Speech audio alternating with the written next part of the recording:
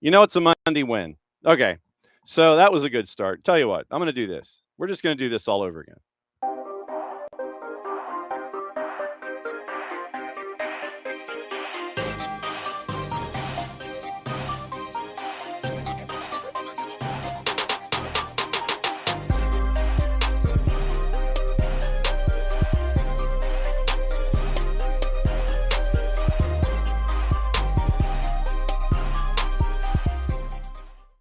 Tempo sounded faster the second time I pushed it. Anyway, okay. Yeah, it is Monday. All right. So here's the deal.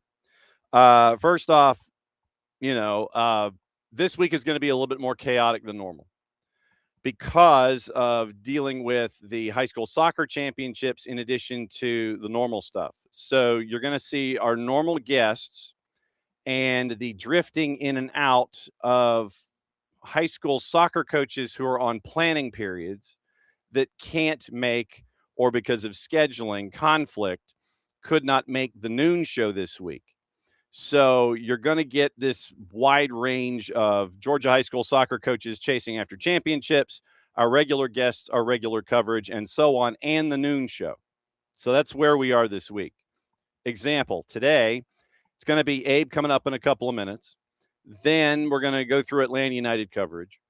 Then Bart's going to join us at 10, and we do have things to discuss there with Bart.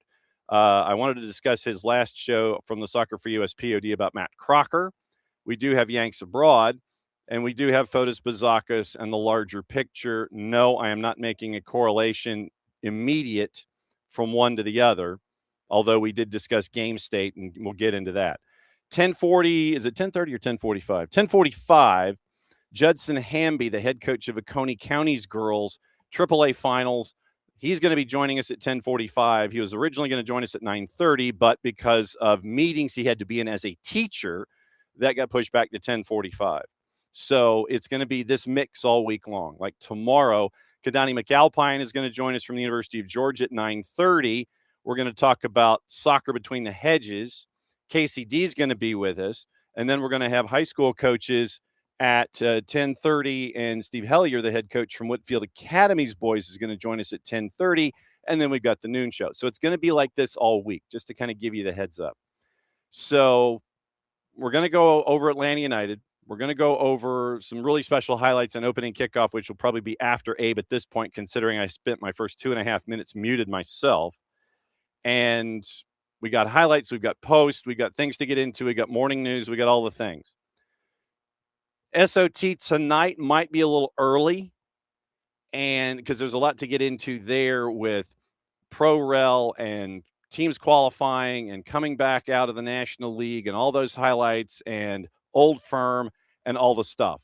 So keep your ears peeled. It might be 7 o'clock start and go 7 to 9 max, because we've got to get back into the swing of things when it comes to picks of the week and all that. And I'm debating deadline for season 1 for picks of the week is going to be after the end of the regular season in Major League Soccer. So then World Cup would be the start of stage 2. So that's kind of what I'm thinking for the deadline there. That's kind of where we are this week. We're going to be bouncing around with a bunch of different guests, anchoring with the high school coverage, and the noon show is going to have the high school coverage all week long as we're chasing after the championships. Okay, 9:12. So now it's time to bring in our buddy Abe Gordon to bust everything out for yet another week. Proper hydration, as always, is encouraged here, especially on Reaction Mondays, kind of like the ones that we had. So where is it? Where's the hydration sensation? Is it the big old tub? Yeah, I got the jug here ready to roll. All right. So, sir, now that we've had a couple of days to kind of sit and think about it, are you still as frustrated as you were when we were talking about things in the post-game show on Saturday night? Yeah, I don't know if it's pure frustration because it's not directed at any individual or the performance. It's just frustration with the result. This was very clearly one of your better efforts of the season. You really did have complete control, dominated this game, and it all comes crashing down within 10 minutes of you actually taking the lead there. Mm-hmm. I mean, you get a great goal from Jay Fortune after a little tomfoolery in the first half prevented you from scoring. We'll use that word, right? Sure. Anything stronger, I might be given a yellow card. Dude, you can run the E rating. It's all right. That's why we're here. But look, you played really well. You score, I think it was in the 69th minute. Nice. And then by the 79th minute, you're down 2-1, and you just couldn't recover. And it's really frustrating because you played 70 really good minutes, 10 bad minutes, and it cost you the 3 points. And it was an important 3 points. This is not a powerhouse LA Galaxy team like we've seen long time ago, years past. It's your last home game for a long stretch here, and you're unable to climb up the table because of that, unfortunately. But look, I thought you saw some really nice performances. You weren't able to get a goal in the first half when you were really dominant. You were still dominant early in the second half. You finally got one after the subs were made, but then it fell apart. Yeah, it's a mistake. I get that. You want to blame Moyamba, that's fine. I blame Elias Baez equally, if not more. I do not think he defended it properly multiple times. I think he had a chance to prevent it, and twice didn't do what I think was required to prevent that first goal. And then obviously the second goal is just a bit of pinball bad luck. It's an outstanding first shot save by Hoyos, and just kind of ricochets and is sitting there, unfortunately. So tough luck on the second goal, bad defending on the first goal, and you lose 3 points. Yep. And so you finish the mega homestand to start the season off with 3 wins out of your first 12, and you hit this point of the season, and obviously you wanted more points than you got from home. You wrap up 2-5-1 at home to kick things off here, and we're at the 1/3 mark of the season, and you are 2 wins out of the playoff spot right now. But like I said, we're a third of the way in the season. You're 2 wins out of it. There's still room to improve, but you're going to have to do it on the road now. Yeah, and look, that's the challenge. You've already built some confidence by getting a road win this season, and if anything, you have seen over the last 5-6 games the performance is better. The results have been what they've been. You've won a couple, you lost a couple, you probably could have won. Not able to find a draw here or there as well. It just you got to keep finding ways to perform at that level and hope the results match up. I think we have seen some good stuff from this team. And at times you've been able to capitalize, to score. Once you do that, then maybe you can get yourself in motion. You would have liked to have seen more than one goal in the first 70 minutes where you had the better play.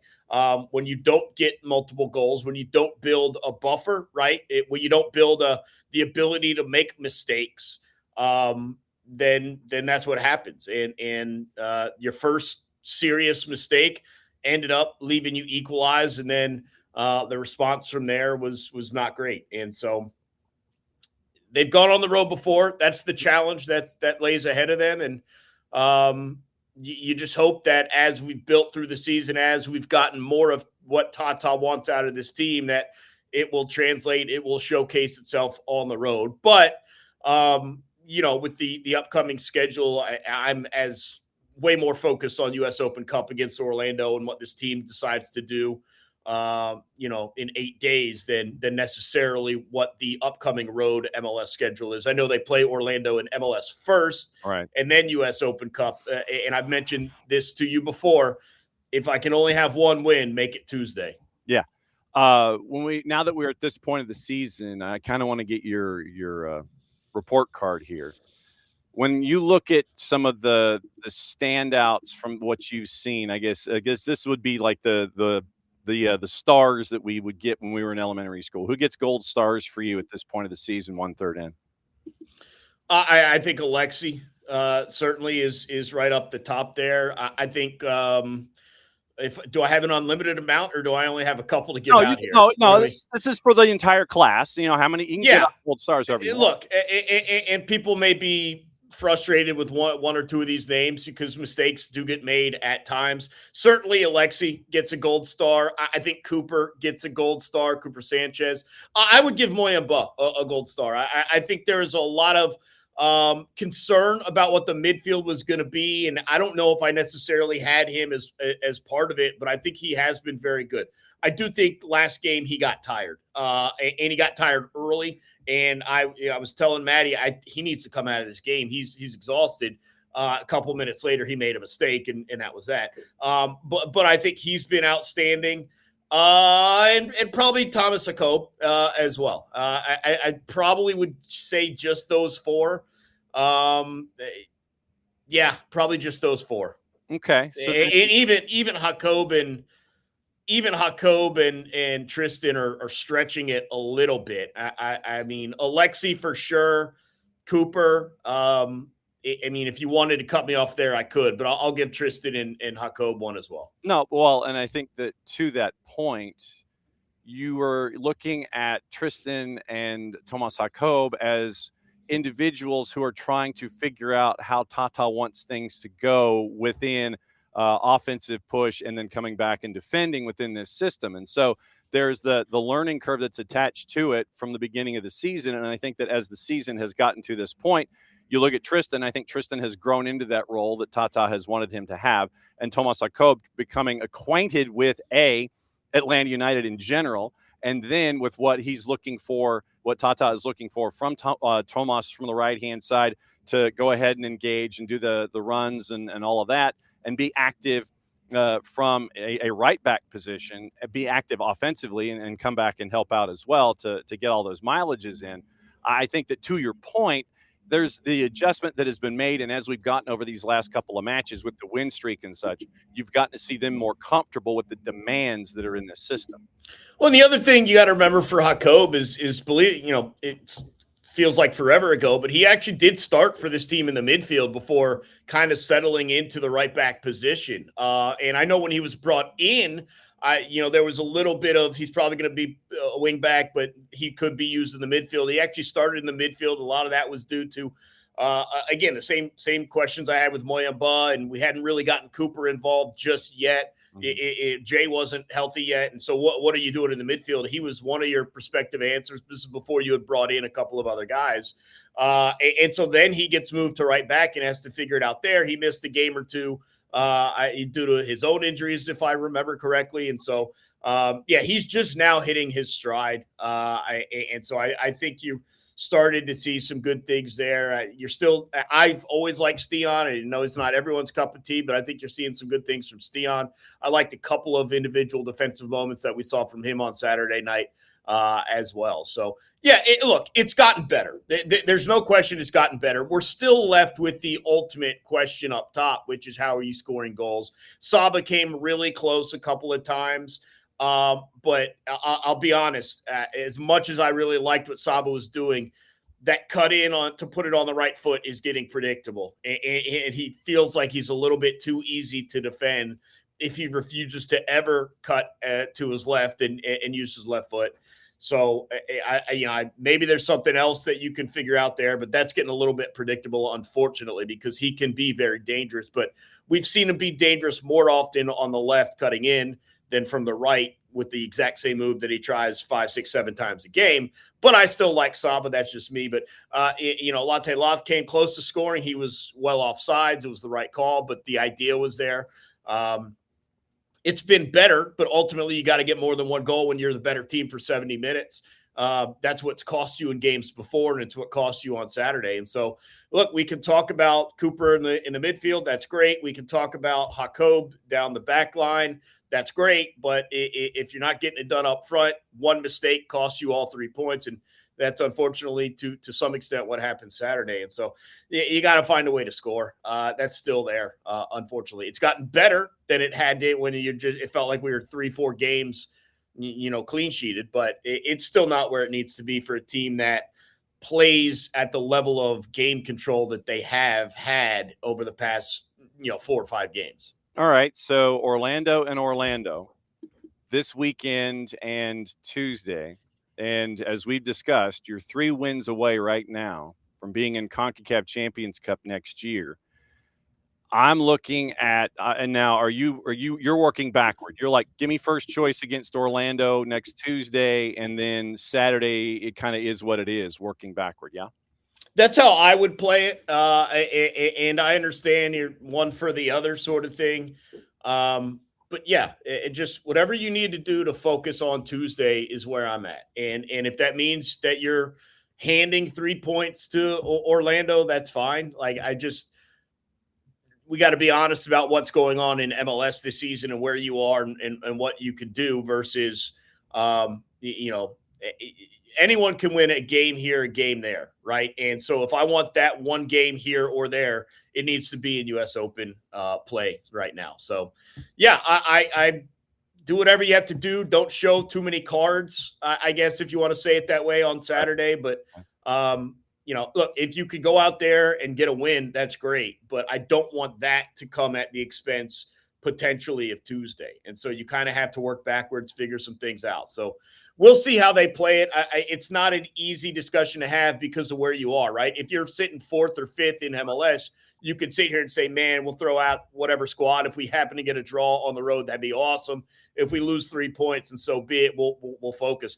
You're down towards the bottom here. You're looking at wooden spoon discussion, and so you don't ever want to throw points away. But personally, if it comes at the expense of a win on Tuesday, I'm all for it. Abe Gordon, 92.9 The Game, and the Odyssey app dropping by. I am his humble tag team partner for the full-time report that happens after matches on the home side of things. He has to put up with me at home, and he gets the better explanations in the dulcet tones of Madison Cruz for Five Stripes Countdown and for the road games at Colony Square.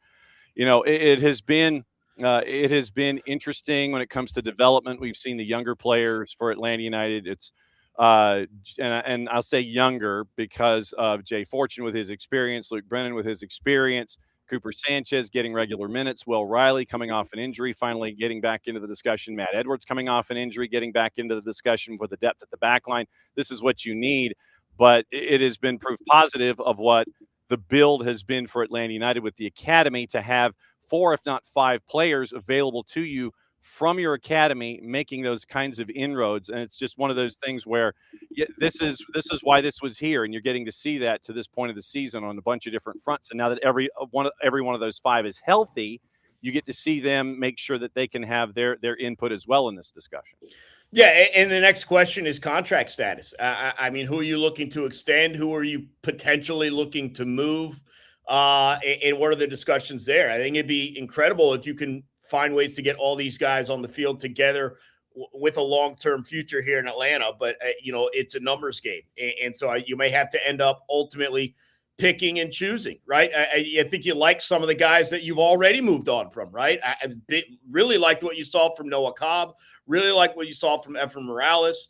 But some points becomes a numbers game, and then it becomes a money game, and you got to figure all that out. And it's the same thing with the three that you mentioned, and we'll throw Will Riley in there as well.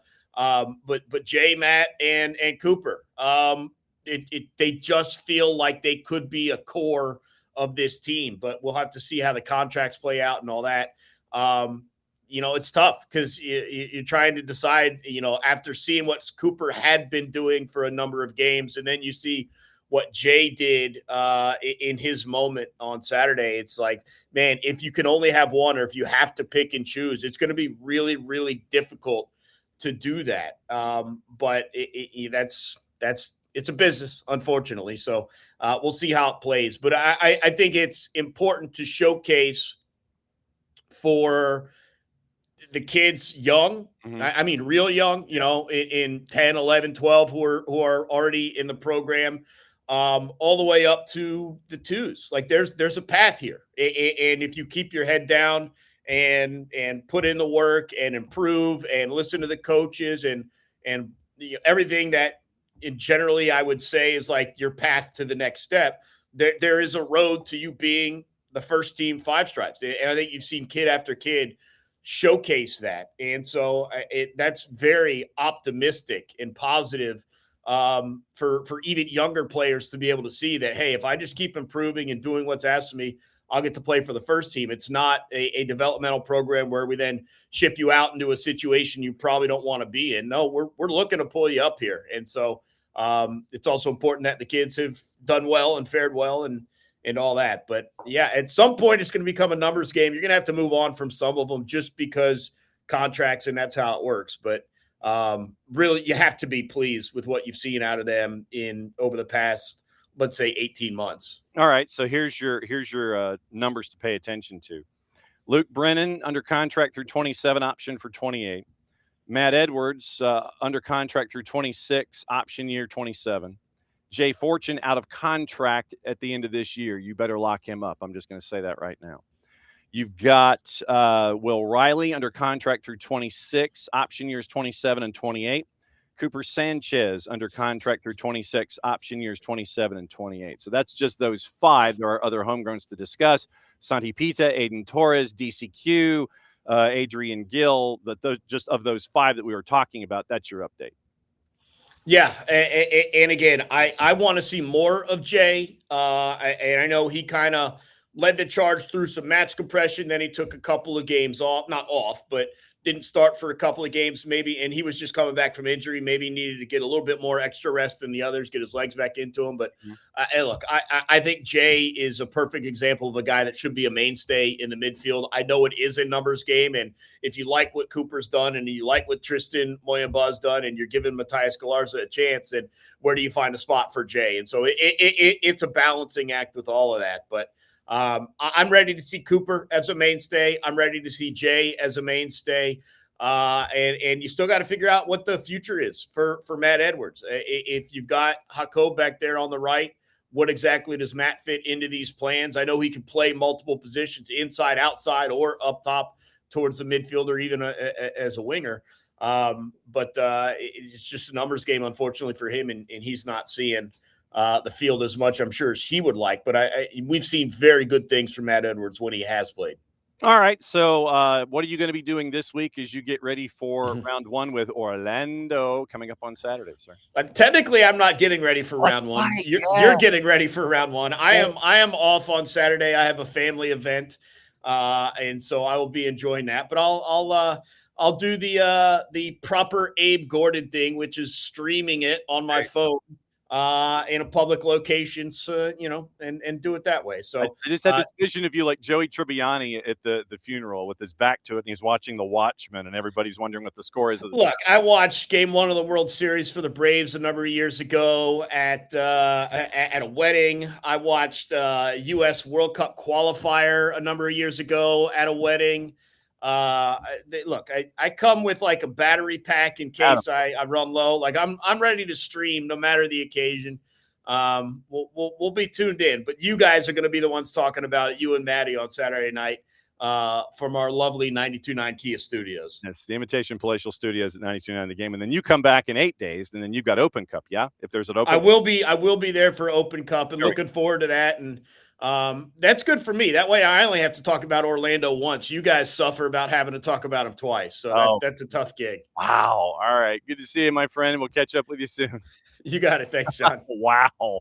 You only have to talk about him once. You get to talk about him twice. Orlando. Absolutely true. Okay. So that's how we always kick off the week. For those of you that are new here and not A-listers, first timers, that's how we start off our week. With Abe being the tag team partner of Matty Cruz and myself, we bring Abe in to get his thoughts, to kind of get the engine turned over and warmed up for everybody in the Twitch pitch and for everybody watching us on social media, and lay it all out for you that way. All right, Bart, Keeler joining us top of the hour from the SoccerForUSPod.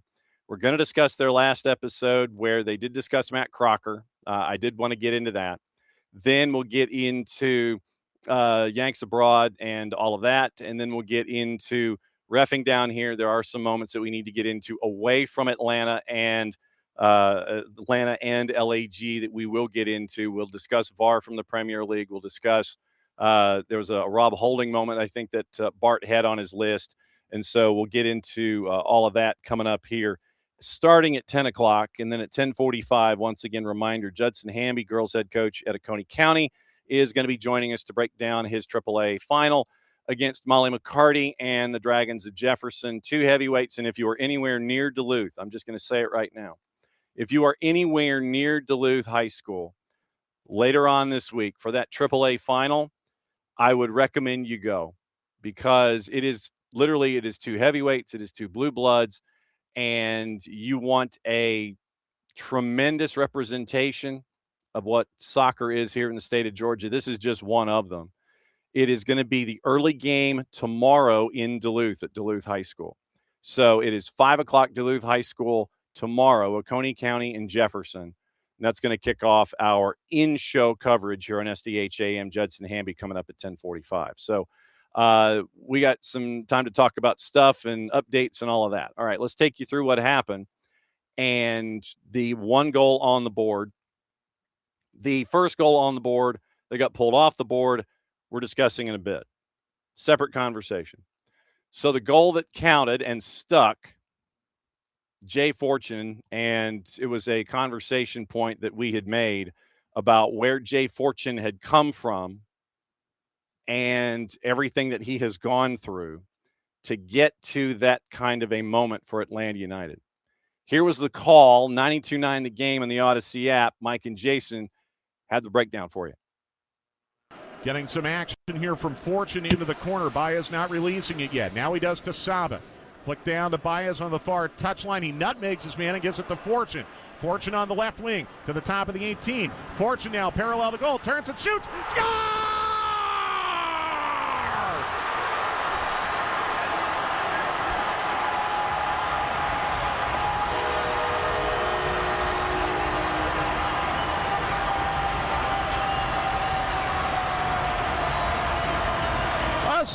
Of great fortune for Atlanta United. They find the opening goal of the match in the 69th minute.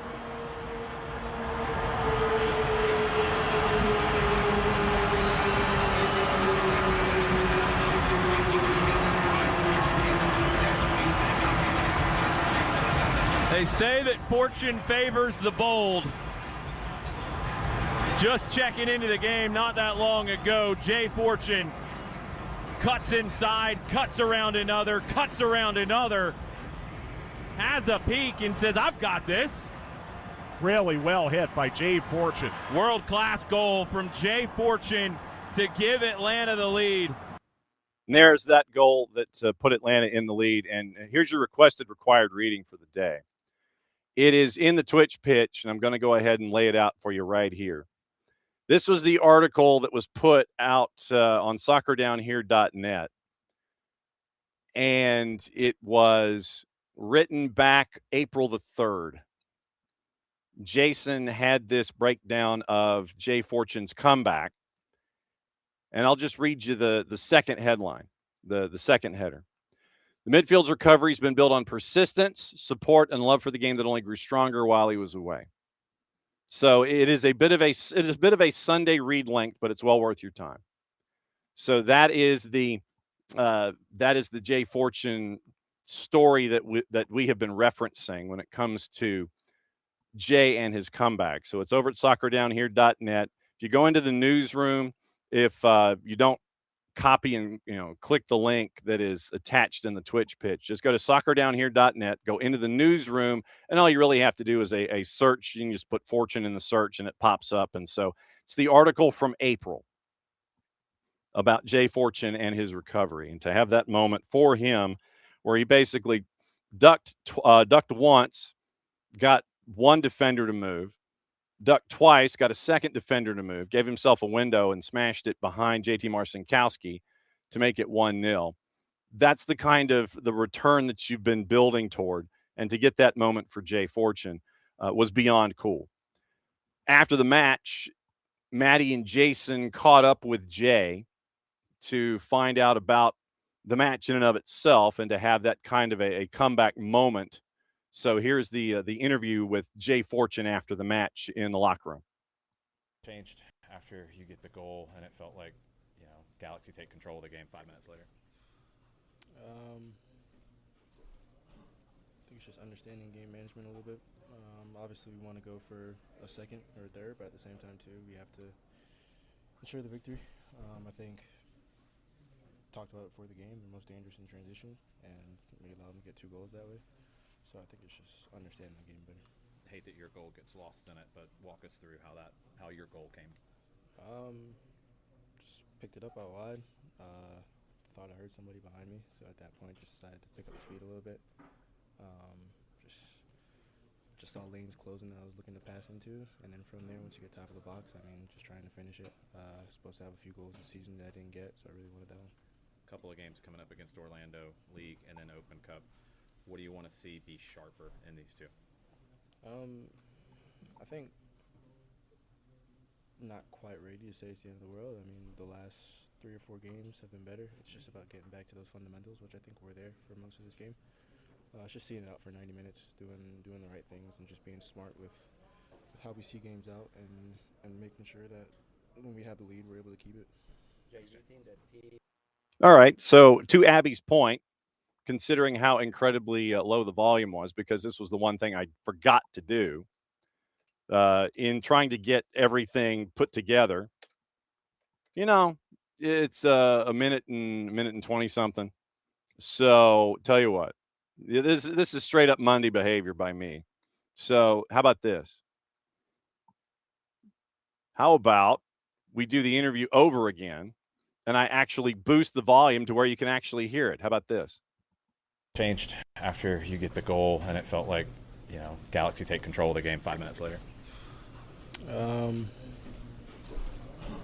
think it's just understanding game management a little bit. Obviously, we want to go for a second or a third, but at the same time, too, we have to ensure the victory. I think talked about it before the game, they're most dangerous in transition, and we allowed them to get 2 goals that way. So I think it's just understanding the game better. Hate that your goal gets lost in it, but walk us through how your goal came. Just picked it up out wide. Thought I heard somebody behind me, so at that point just decided to pick up the speed a little bit.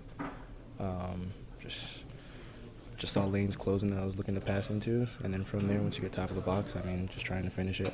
Supposed to have a few goals this season that I didn't get, so I really wanted that one. Couple of games coming up against Orlando League and then Open Cup. What do you want to see be sharper in these two? I think not quite ready to say it's the end of the world. The last 3 or 4 games have been better. It's just about getting back to those fundamentals, which I think we're there for most of this game. It's just seeing it out for 90 minutes, doing the right things, and just being smart with how we see games out and making sure that when we have the lead, we're able to keep it. Jay, do you think that team? And there you go. The volume adjusted Jay Fortune interview after the match with Jason, and it was the 2 points that he made off the top. You're trying to close out matches, and you knew going in that LAG was deadly in transition. Goal number 1, it took the sum total of 4 seconds after Tristan tried to save the ball from going out of bounds and over the near side touch for Miller to Paintzel to Royce to Peck. Literally, it was 4 seconds. I think actually it was 4 seconds from Paintzel to Royce to Peck and then shoot. And so when you're trying to scramble like that defensively, there are going to be some opportunities because offensively for LAG, you knew where you were going, and Atlanta United's backline is having to try to sit there and figure out, okay, where are we going? We've got to get set. We've got to get it in our line and structure. And so Gabriel Peck with his speed going forward, and you're having to backtrack, creates obvious issues. And so that made it 1-1. Then once again to get the 2-1 goal, and it was just a situation where Atlanta once again impressing with the high line. You find the space in between, and then Gabriel Peck once again finding space, and you end up with opportunity down the right-hand side. Hoyos makes the initial save, and it ends up being underneath. I want to say it was Tomas Jacob. Literally, Hoyos makes the save. It dribbles forward a couple of yards. Jacob is at the edge of the 6, and Jacob is trying to turn his body. Literally, he is on the turf. He is on the floor, and he's trying to turn the body to where he can at least get a foot to it to clear it away. And as Gabriel Peck is crashing right down the middle, he'll get to the ball first before Jacob has a chance to just swipe it away anywhere and slams it into the net, which was the unfortunate aspect of it all. And so 2-1, team that is very, very good in transition, lethal in transition, brings in Marco Royce as a substitute, 2 goals, and from 10 minutes, 2 goals in 4, and you go from 1 up in the 69th to being down 2-1 and having to chase for 11 minutes to go. So that was pretty much how she wrote in that one. Atlanta United once again down 2-1. They do not get the equalizer in the final 11 minutes. And as we mentioned in the standings, they are even with Orlando. Orlando, purple team, and Atlanta both at 3-8-1. And they are, like I said, literally they're 2 wins out of the play-in round right now. You're 1/3 part of the season, and both teams at 3-8-1. Orlando defensively has given up the ball and has given up goals in bunches. Like I said, it was the initial the initial porous defense that was there that sent Oscar Pareja packing. And here's what Orlando has or has not been able to do this season, depending on your perspective. We'll try and catch up with Mike Gramajo twice, Friday and next Tuesday, heading into both matches. 2 to Red Bulls, 4 to Messi and Friends, 5 to NYC. You only give up 1 to Montreal, get your first win of the year. 5 to Orlando, 6 to LAFC. So in a 4-match stretch in March and April, you gave up 17 goals in 4 matches. Then Martin Perelman comes in, and things have calmed down defensively, short of the matches in late April when you had schedule compression and dealing with New England in the Open Cup. Draw to Columbus, lost to Houston. You beat Charlotte, which was a shock for everybody at the time. Then you lose in a shootout at DC United at Audi Field on the road. 7-goal thriller with New England in the Open Cup. Then you have another 7-goal thriller where Inter Miami is exposed defensively by Orlando, of all folks.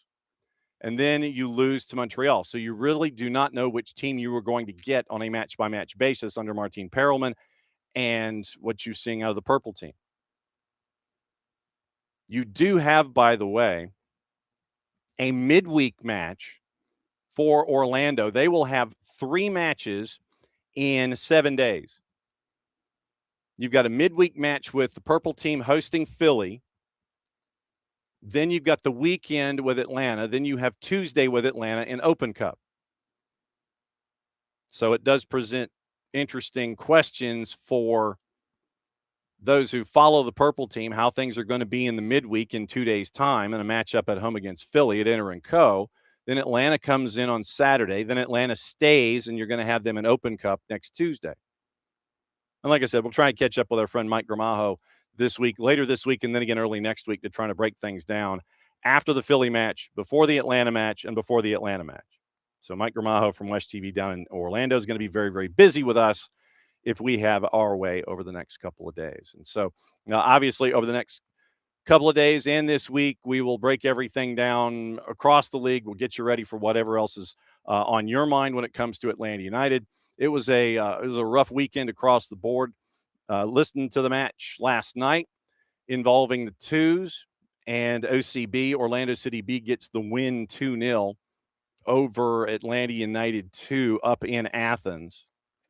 And it was a goal in each half. Let me get the scoring breakdown here. So last night at the Turner Complex, and you can go back and listen to those matches on our Mixler channel.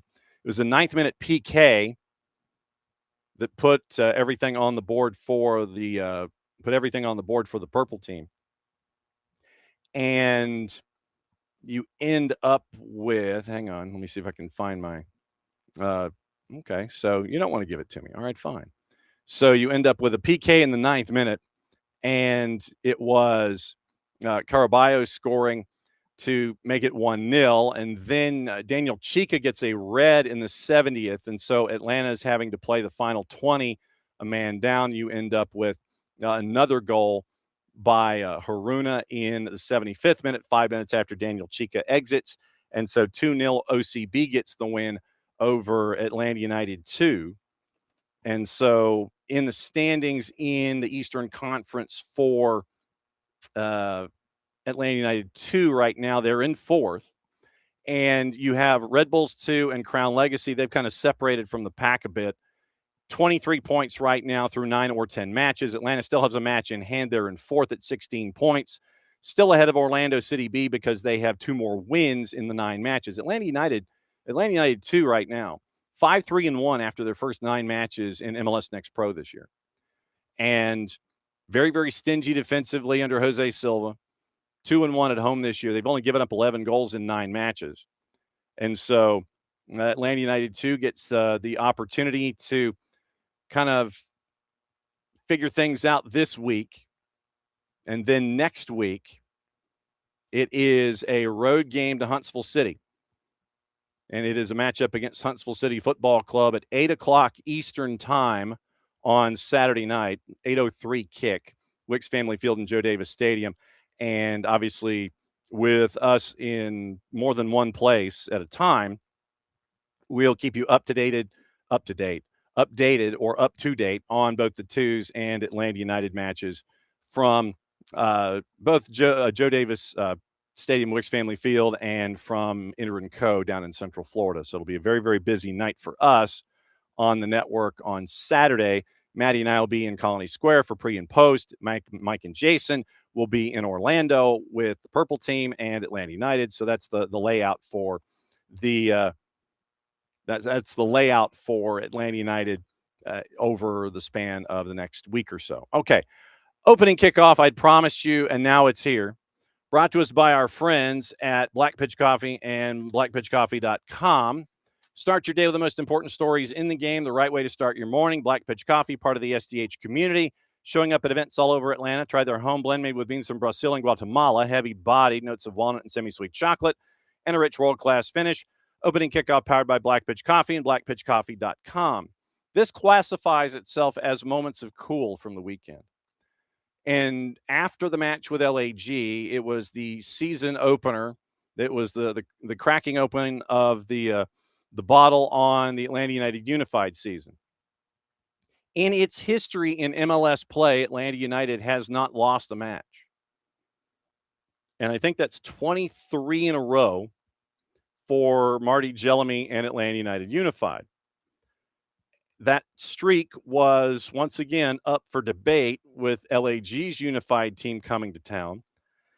And this one, for those of you that stuck around, first and foremost, I give you a tip of the cap for hanging out and supporting the Unified team. 17s, you are a unique bunch, and it is very cool to see you give as much support to the Unified team as you do.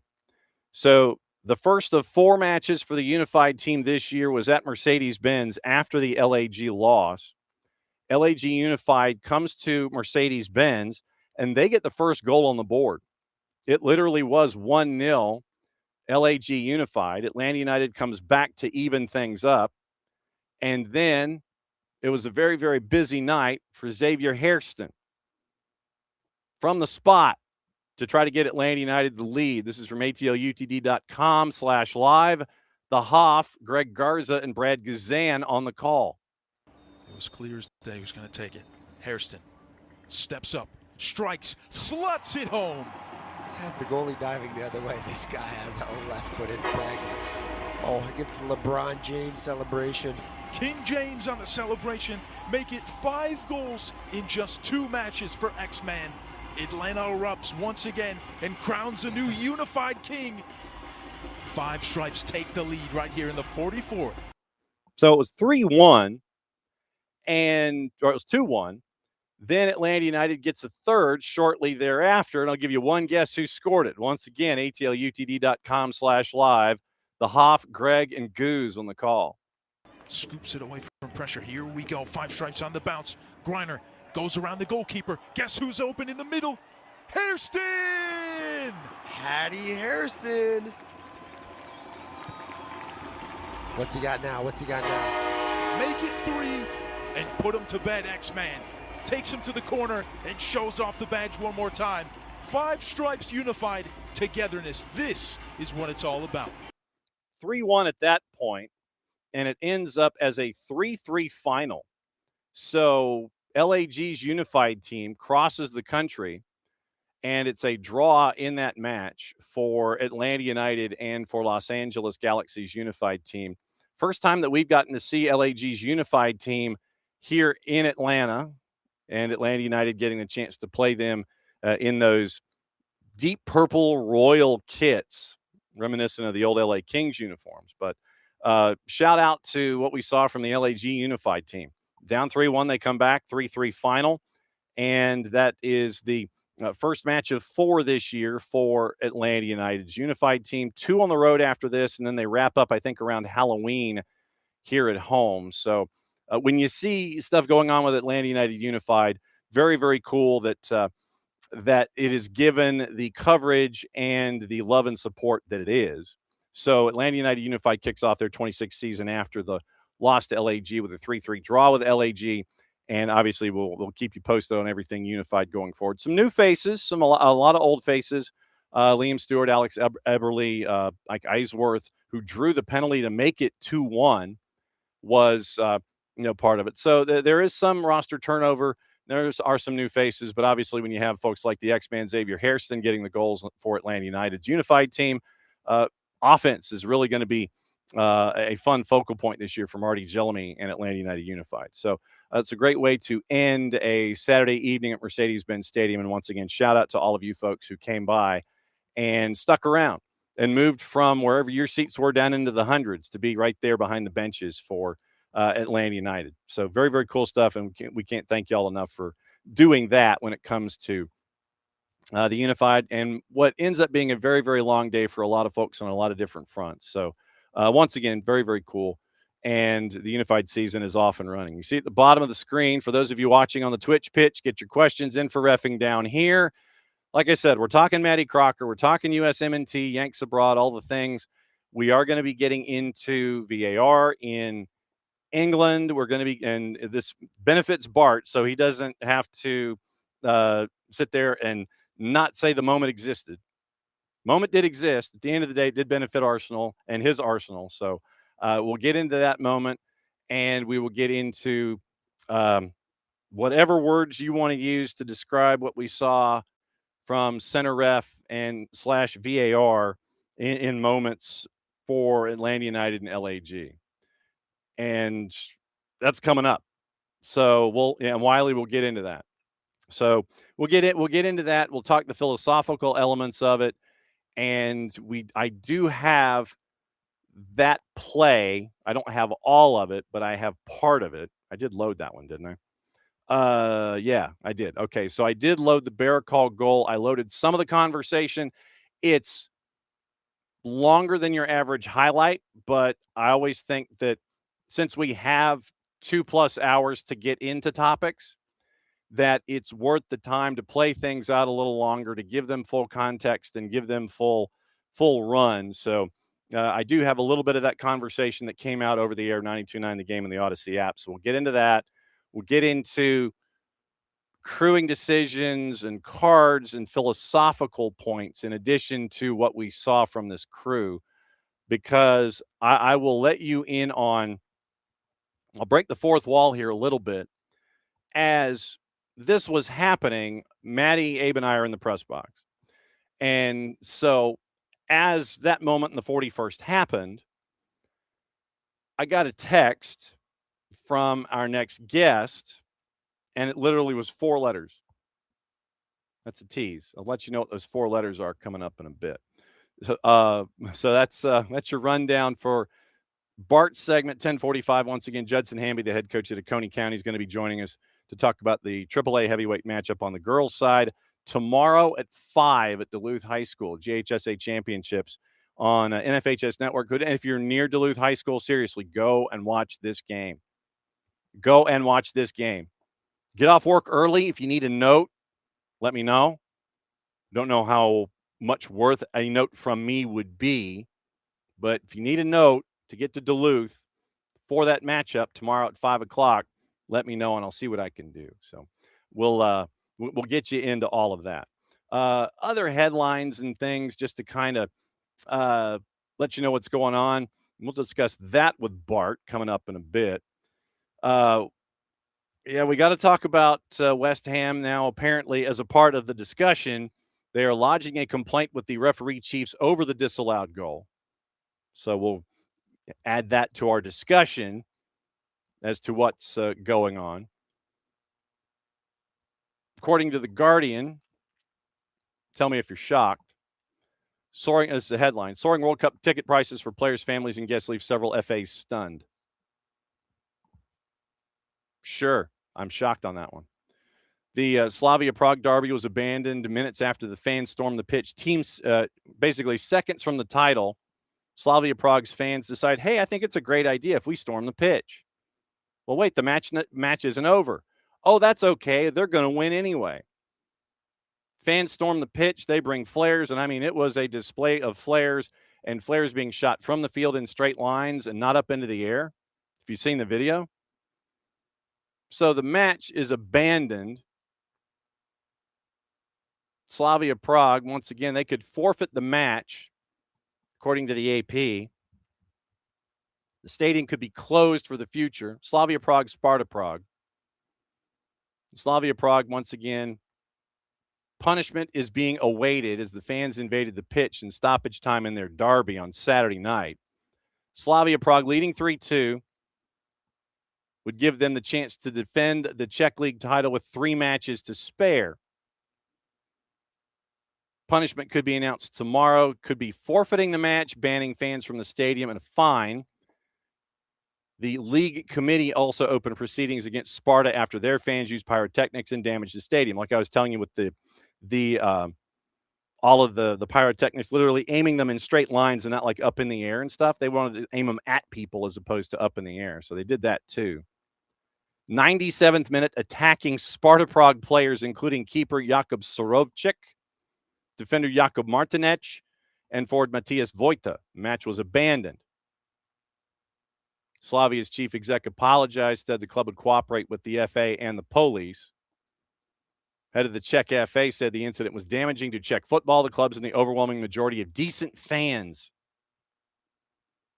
It was announced on Sunday that Slavia Prague was going to close their north stand, which was where the ultras are, with immediate effect. Stand closed until all the perpetrators ID'd and brought to justice. Good luck on that. because a lot of them were wearing balaclavas. You could only see eyes. You couldn't see hair or anything. You could just see eyes, and that was about it. 2 Slavia players shown red cards during the derby. League's leading scorer, Tomas Chori, defender David Dudera, suspended for the rest of the year.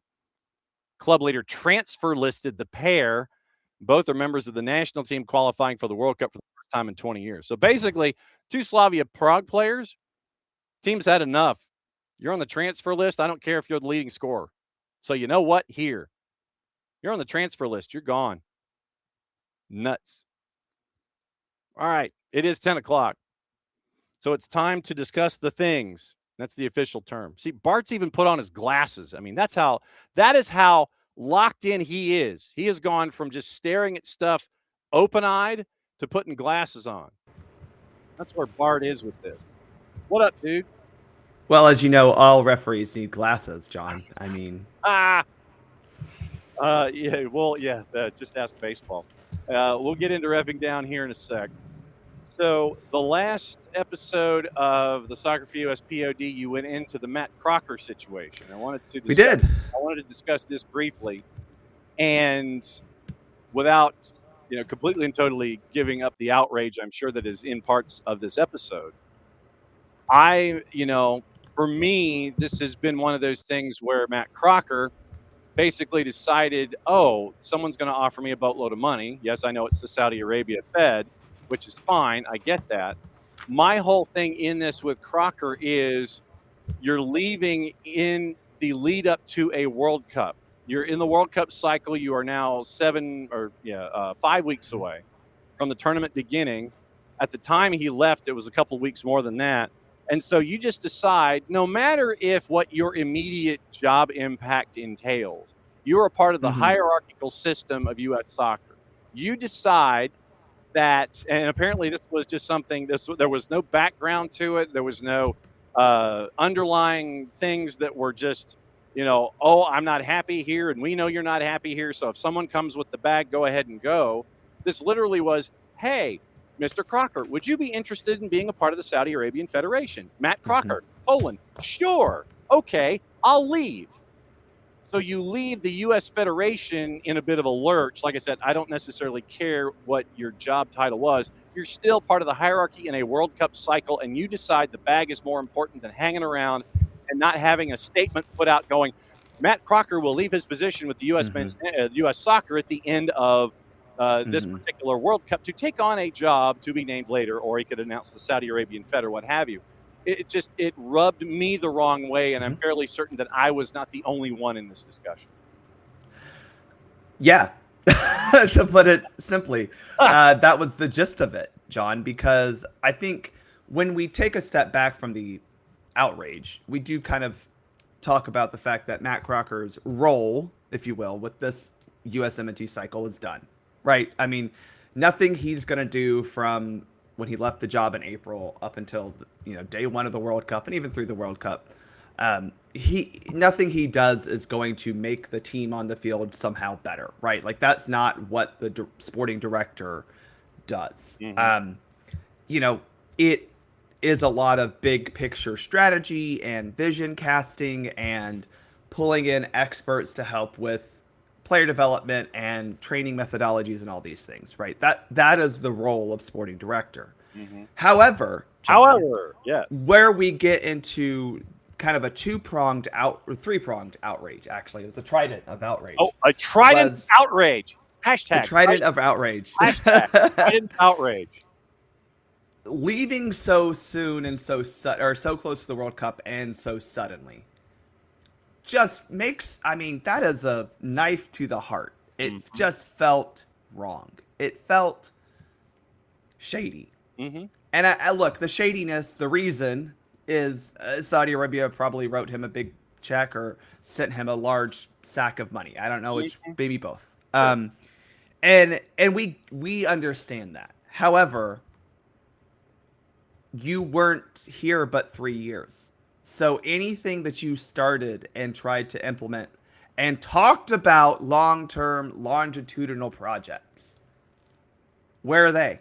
What was the point of that? Because 3 years is not enough time for a sporting director to implement strategies, techniques and overall philosophies of training, styles of play, and to get the federation from not necessarily top to bottom, because the USMNT and USWNT are going to be in their own ways separate. Right. But I mean, his job mainly is about youth development when you think about it.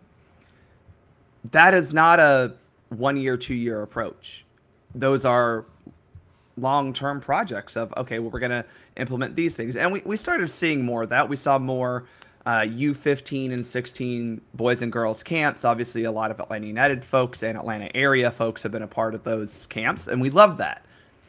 We've seen a lot of work from Emma Hayes on the women's side to implement U23 and U21 or U20 camps on the women's side, which I know Matt Crocker is a part of because, again, as sporting director, that's his job to help put those in place. And while those are good things that we can see that he did, the question is still, okay, but you were only here for 3 years and you just left. These projects are incomplete. So what does that mean? Mm-hmm. So those are parts 1 and 2. And then part 3 is where especially our concern when we look at the U.S. men's national team, right, is, well, what does this mean for the team? Because last cycle, the men played 14 matches under an interim head coach. From dismissal of Greg Berhalter at the beginning of January till him being not even hired. This is another issue that we do have with him. Hired and then waited to complete the Gold Cup before Greg Berhalter started again. And then we had Greg Berhalter get fired. And we still had Pochettino hired, but then a window before he started coaching again. So the point of all that is, well, we don't have a sporting director. We have a World Cup coming up in a month and a day by the calendar that I'm looking at right now. And I don't know, John, maybe I'm crazy, but I don't think Mauricio Pochettino is sticking around for next cycle. That was never the point. No, yeah. No. So come, I don't know, July 19, let's just say that's when, our tournament ends. We're going to be in the coaching search. But if we don't have a sporting director, are we going to start that coaching search promptly? Mm-hmm. And that's our concern, is because while we do not have update for folks, we don't have international matches until late September this year. They have switched that calendar because all the European clubs made a big stink about having to play in early September. But we are now playing in late September, early October, this window. So yes, you have a little bit of time, but as we've seen from U.S. Soccer, hiring a coach somehow takes forever. And we did this at the beginning of last cycle, if you remember. Ernie Stewart stepped down. Not unexpectedly, but a little unexpectedly. Then we had to go find a sporting director, Matt Crocker. Then we had to go find head coach.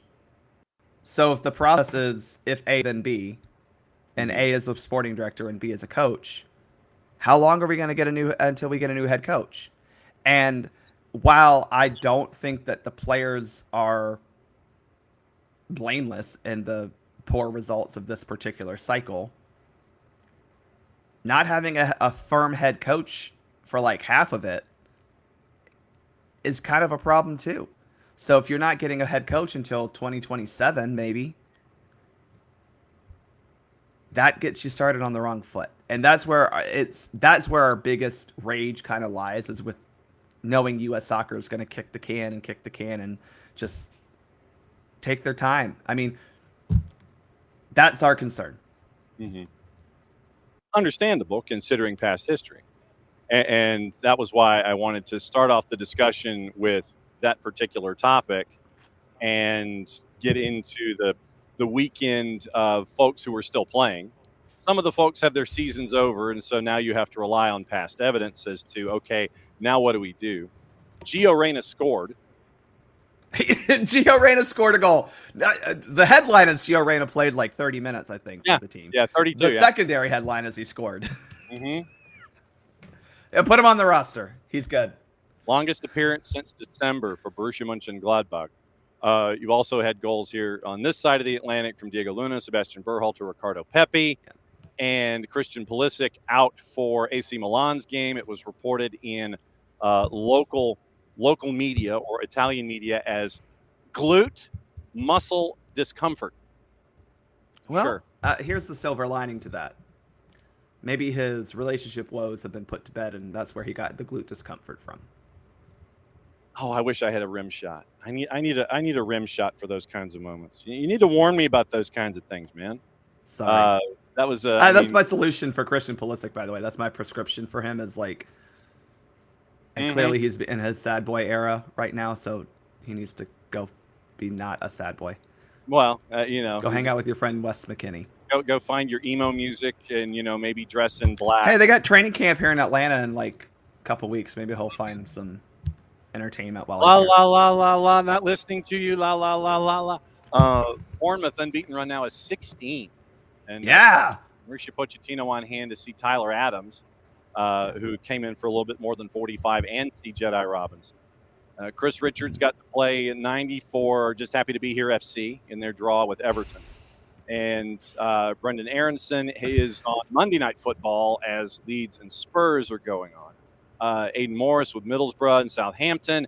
Aidan Morris is surviving the spy scandal that is going on between Southampton and the Middlesbrough and the rest of the EFL Championship. So Flair and Balogun, 5 Champions League goals this year. Monaco loses to Lille, which means that if they're only going to go into European play, it will be in Conference League. Tim Weah is sidelined. Tanner Tessman out for the rest of the year. And that, it brings you more depth questions and things like that. We mentioned Gio Reyna. So he's in for less than 30 or for a little bit more than 30 scores, and then Bild doesn't rate him. So who knows? I don't know what Bild's rating system has to do anymore. Maybe they don't have him in the system because he just doesn't play a lot. And that could be very true. That could be very, very true in all of this. Alex Zendejas scored 2 goals in 90 minutes for Club America.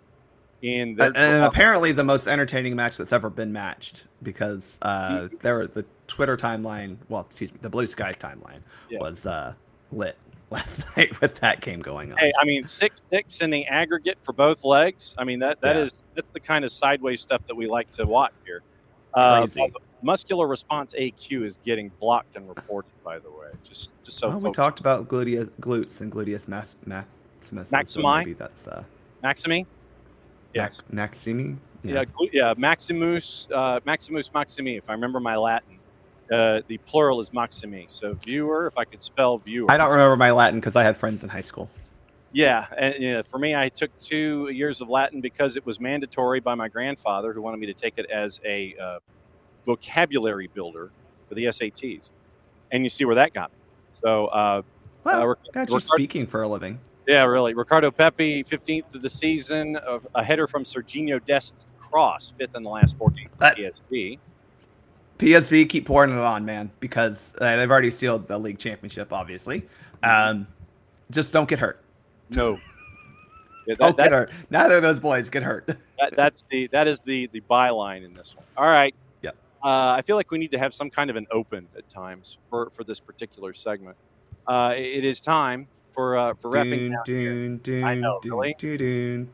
Exactly. Or if we just did like the Law and Order thing at the beginning, dun dun. Yeah, if you do that, then that would be what we would need. So let's go into a moment overseas that is drawing great consternation, gnashing of teeth, and grinding of palms and cracking of knuckles and everything. And I think, and this is the Arsenal West Ham moment. West Ham is so mad. The what moment? The Arsenal West Ham moment. Yeah, exactly. Nicely done, sir. I assume that's tea that you are having this morning. Or to go. Well, it's coffee, but it has been flavored with some tears of the opponents. So sure it has. West Ham, according to the Guardian, intend to complain to the PGMOL over the decision to allow Callum Wilson's goal after David Raya was deemed to have been fouled by Pablo. Drama dealt another blow in their hopes of staying in the Prem. Club plan to contact the PGMO for clarity over why Pablo was penalized. Although West Ham accepts their complaint is unlikely to get them anywhere, they are expected to ask for the audio between the referee, Chris Kavanagh, and VAR Darren England. Kavanagh was advised by England to go to the pitch side monitor to review the incident. Arsenal's manager, Mikel Arteta, said the decision could determine, quote, the history of two massive clubs fighting with their lives to achieve their objectives, and described the officials as very brave. So I will say this before we get into the analysis. I thought they got it right. I thought they did. And this is someone who is neither a fan of Arsenal nor someone who roots against West Ham. I thought they got it right in the analysis because you see the grab. You see the grab from the rear angle where the grab is behind the back and you're grabbing the keeper's left arm to keep him from getting his work done. I thought they got it right. Yeah. And so consternation be damned. So I think that's where we have to just start at was the call correct? The answer, in my opinion, and my professional opinion, and in my fan opinion, is absolutely. Yeah. This is a foul. I don't understand why the consternation is around them calling a foul here because this is also coming from a member of the goalkeeper union, so I'll admit my bias there, but I mean, I wouldn't want to have a forearm in my face and someone pulling me down as I'm being, jumping to try to catch a ball. There are multiple points of contact on David Raya that interfere with his ability to make a play on the ball. And I think what people are frustrated about is how long it took for them to get the call right. And my response would be, well, if you watch the replay twice, you saw the fouls. Plural fouls. So I do think, and this is just, again, I do to hear the audio. I do think a lot of the conversation was about, okay, do we need to call this foul? Is this foul something that interfered with the play? Like all these questions of, is this a clear and obvious error? And I gotta be just honest with y'all. I'm sorry. And yes, I'm drinking literally out of an Arsenal mug. I get it. But at the end of the day, this is a foul on the goalkeeper by the attacking team that was not called. Therefore, that's a clear and obvious error. It just is. I don't think it should have taken this long. And I think that's my biggest gripe is, no, it shouldn't have. Because to me, it was pretty darn clear, almost from the moment the ball went in the goal, that there was a foul that occurred on David Raya. And as soon as I saw the first two replays, first one I was like, oh, that looks bad. The second one I go, oh, that's really bad. And I do think that's the issue overall here is it took too long. Well, sure. It took too long to get an obvious call correct, in my opinion. And that's and that is the larger issue. And of course, Dell and David going back and forth, fouls on Declan Rice. But I think the larger issue, and this is a worldwide issue. This is not just something that that we saw just this one time. And oh no, we have to keep an eye on this. This is something repeatedly that we see with VAR. Is it takes entirely too long to analyze and be assured of what your final decision is going to be. I think that if you have an issue, it should be with the clock. Because as we continue to say, the more you're looking at something, the more the clock runs, the more I think you're trying to come up with a decision one way or the other. In this case, it was the correct decision, but it should not have taken this long. A lot of times when you're on the clock and it goes forever, you're looking for something to re-referee a case, which is not what VAR is set to do. And I'll also say this in defense of the VAR process here, John. I don't think we were worried about like adding time to the end of the game because this was like the end of the game.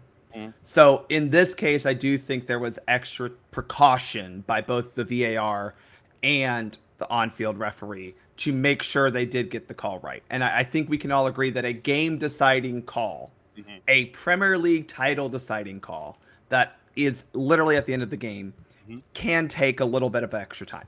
But it still took too long to very clearly and obviously say, yeah, that was a foul.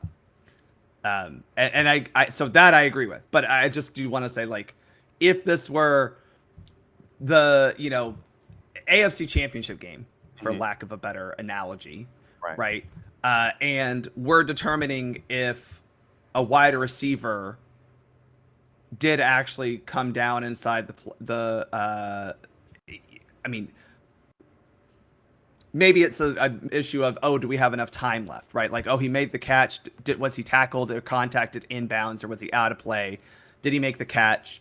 All these things, right? We would want the referees to get the call right. Yes, we want them to be prompt, but we have to understand that, like, this is a game-deciding call. This is not we're in the 60th minute, and is it a goal or not goal?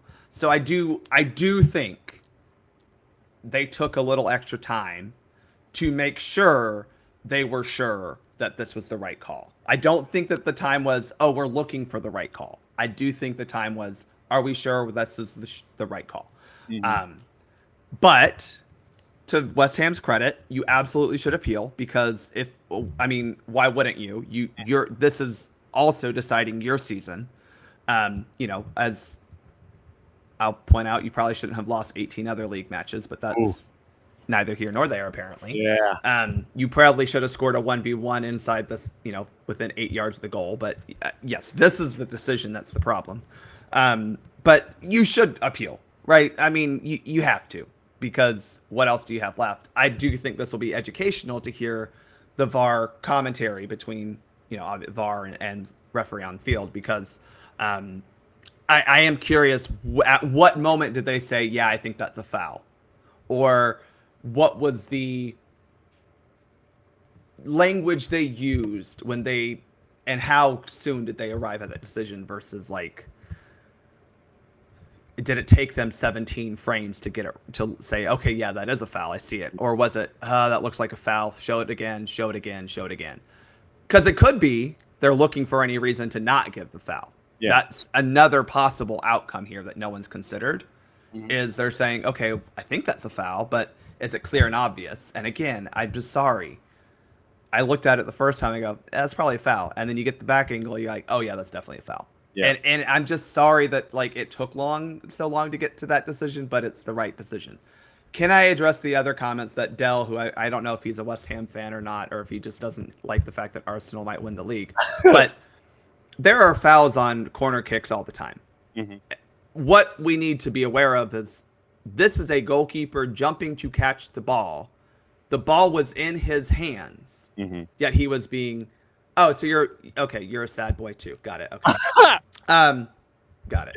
You're mad that Manchester United is celebrating the fact that they finally got back to the Champions League. Got it. Okay. Congratulations. Been there, done that. Congrats on finding your next manager. There are fouls that happen in the penalty area all the time during these set pieces. I think we all understand that. And we're going to talk about one next. We're going to do that. The issue here is, and what we'll talk about next, is when you're doing something that impacts the goalkeeper to make a play on the ball directly, we're going to be more scrutinous with that. We're going to look at that with a lower threshold of a foul, because that's literally interfering play. I mean, you can't definitively tell me, and I mean this sincerely, because we're going to talk about this in the Atlanta United game as a whole. Yes. There are times that a player is holding someone or pushing or blocking another outfield player. It happens all the time in every single corner kick situation. Is it impactful on the play that happened? Most of the time, John? No. I'm guessing the answer is no. But when you impact the goalkeeper's ability to play the ball, again, as we're going to talk about in a little bit, you're going to get yourself into trouble. And again, putting a forearm into the goalkeeper's face while simultaneously pulling him down, while also undercutting him, is probably going to result in a foul on the goalkeeper, and you're going to get a free kick coming out for the attacking team. On any player that would do that, but specifically a keeper in this case. Wow. I can't believe a Man United fan would cheer for City. That's, man, That is some derangement. I don't understand that you want your crosstown rival who has ruined the sport based on all the money that they get to spend because they're owned by a literal government. You're mad that Arsenal might win the league. Damn, that is a sad life. I'm sorry, Manchester United fans. Wow. So Bart's come in this morning. He's coming with the salt. All right. Rob Holding. I want to push it back another minute. Yeah. Rob Holding and literally Colorado and all caps on the weekend. This one was a red card in Major League Soccer that had thought bubbles all around the United States. And it was in the 50th minute toward the 51st. Ball over the top, and it is a foot race basically to get to the ball with Simon Becher. And Rob Holding for Colorado wins the battle, but it looks like he kind of clears Becher out with the left as he's trying to do-si-do around him. And that goes red card in Colorado. Colorado has to go the final 40 minutes with 10, and that drew thought bubbles around all of Major League Soccer. I think the issue here is the red card. I think it's ultimately it is a foul. I think the issue for me was, is this really dog-so? And so when we go through the D's of dog-so, defenders, yes, Rob Holding is the last defender, right? Yeah. I think we can safely agree that he's the last defender who could make a play on the ball here. Obviously, the goalkeeper is still there, but, whatever. Defenders. Okay, sure. Distance to goal. 22, 23 Where yards. the foul... Yeah, where the foul starts and kind of occurs, your 30-ish yards, I want to say. My issue here is it's not... We're talking linear, not point to point. Right. It's probably about 40-some yards from goal if you talk about goal to where the foul actually occurred because of, yes, I'm looking at from goal line to where the foul is. We're talking, 30-some yards. Yeah, but 30. You know what I'm saying? If you take point from the middle of the goal to where that foul occurs, it's a little bit farther away than that. So distance for me is a little, I guess. Yeah. Direction. Toward goal. I don't know about this one. I don't know if this was necessarily headed toward goal, and I certainly don't think that the ball over top was, to me, not headed toward goal. I mean, we were in that, going toward that what I call the corridor of chaos between the 18 and the touch line. Okay. It was not it was toward goal, but it was not toward goal. Does that make sense? Yeah, it's kind of, I mean, it's kind of bouncing, and it looked like momentum would kill it at the top of the 18 anyway. Yeah. And then you have Holding and Becher kind of locked in arms, kind of arm barring by Holding with Becher, and it kind of stops at about 25 yards away. And so then you get the last one, which is distance to the ball. And this is where I'm going to draw another corollary to an Arsenal moment. In the Champions League semifinal, there's a foul in Victor Gyökeres by an Atletico Madrid defender in a very similar situation. And only a yellow card was given. And I think that was the correct decision. I know a lot of people wanted a red card. And most of the D's of dogs were met. The one that wasn't for me was distance to the ball. And what the distance to the ball kind of does also encapsulate, and it's not fully written, but it's just one of those things we kind of have to think about is, well, is he actually in control of the ball? And that's what I have an issue with here is I'm not going to tell you the attacker is in control of the ball. This is a ball played over top. He hasn't controlled. The attacker getting fouled hasn't controlled it. I think you also pointed out another piece of this puzzle where the attacker is also doing some arm locking. So I had an issue with this being called a red card. I think this would have been a very safe yellow card. I don't think VAR would have had maybe you go to VAR and say, okay, well, you talk yourself into dog-so, but it's a foul, sure.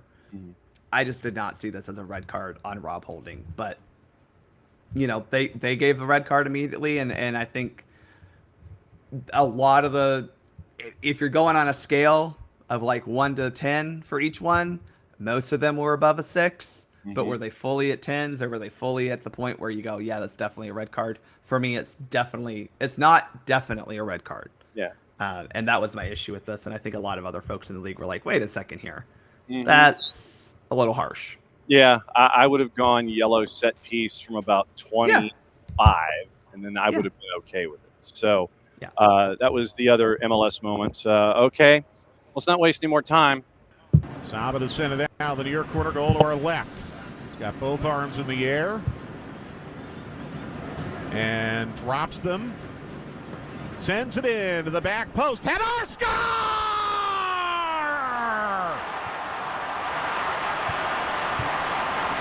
One miracle!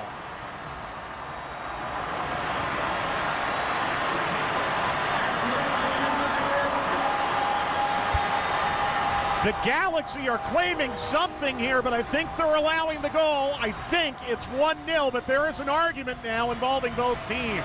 I think they might be disallowing this. I think they're disallowing the goal. No one knows what's happening. Why does this always happen with Fotis Bazakos? I think they've disallowed the goal. They have disallowed the goal. For what, though? No clue. I don't know why Fotis Bazakos lets games get this way often. And if he does, I don't know why he keeps working. Here's the replay. The Galaxy were really upset about something immediately. Marcinkowski went to his knees saying he got grabbed or pushed. There's nothing there. That's horrendous. Kevin Terry Jr., the VAR, has got to blow this down. Absolutely horrendous to not give that goal. Marcinkowski play acting. Oh, I don't believe it. I don't believe it. I mean, Tata's just laughing because what else can you do? And where's the VAR in this? Watching Golden Girls again. The goal does not count, and this is not even going to go to the monitor, folks. Unbelievable. Okay, what we don't know is if any conversation was had from into the ear of Fotis Bazakos. That's the one element in this that we do not know. That we don't know if VAR was like, yeah, okay, this one's on you. VAR was like, here, we want you to go look at something. Bazakos says no. We don't know interaction from VAR to Fotis Bazakos, if there was any. And I don't know if Inside the VAR studio is going to give us any of this at the end of this week heading into next week. So as we roll through this particular play, the floor, sir, is yours. Yeah. So again, I'm not going to defend or criticize the call because I don't think that's the issue here.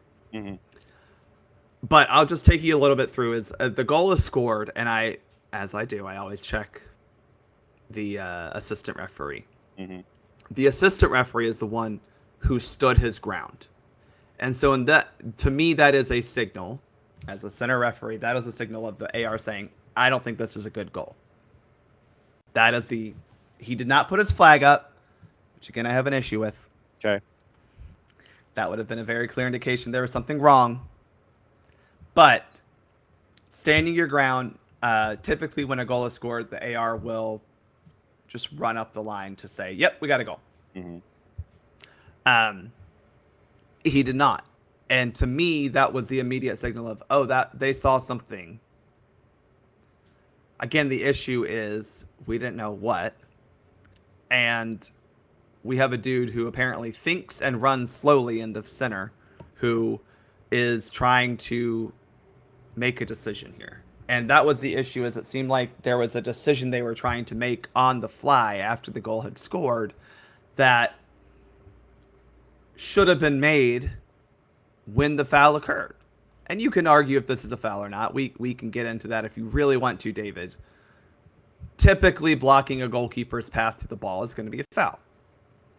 Whether we like it or not, Matias Alares that got in front of the goalkeeper did make contact with the goalkeeper and interfered with the goalkeeper's ability to come make a play on the ball. Now, did JT Marcinkowski flop all over the place?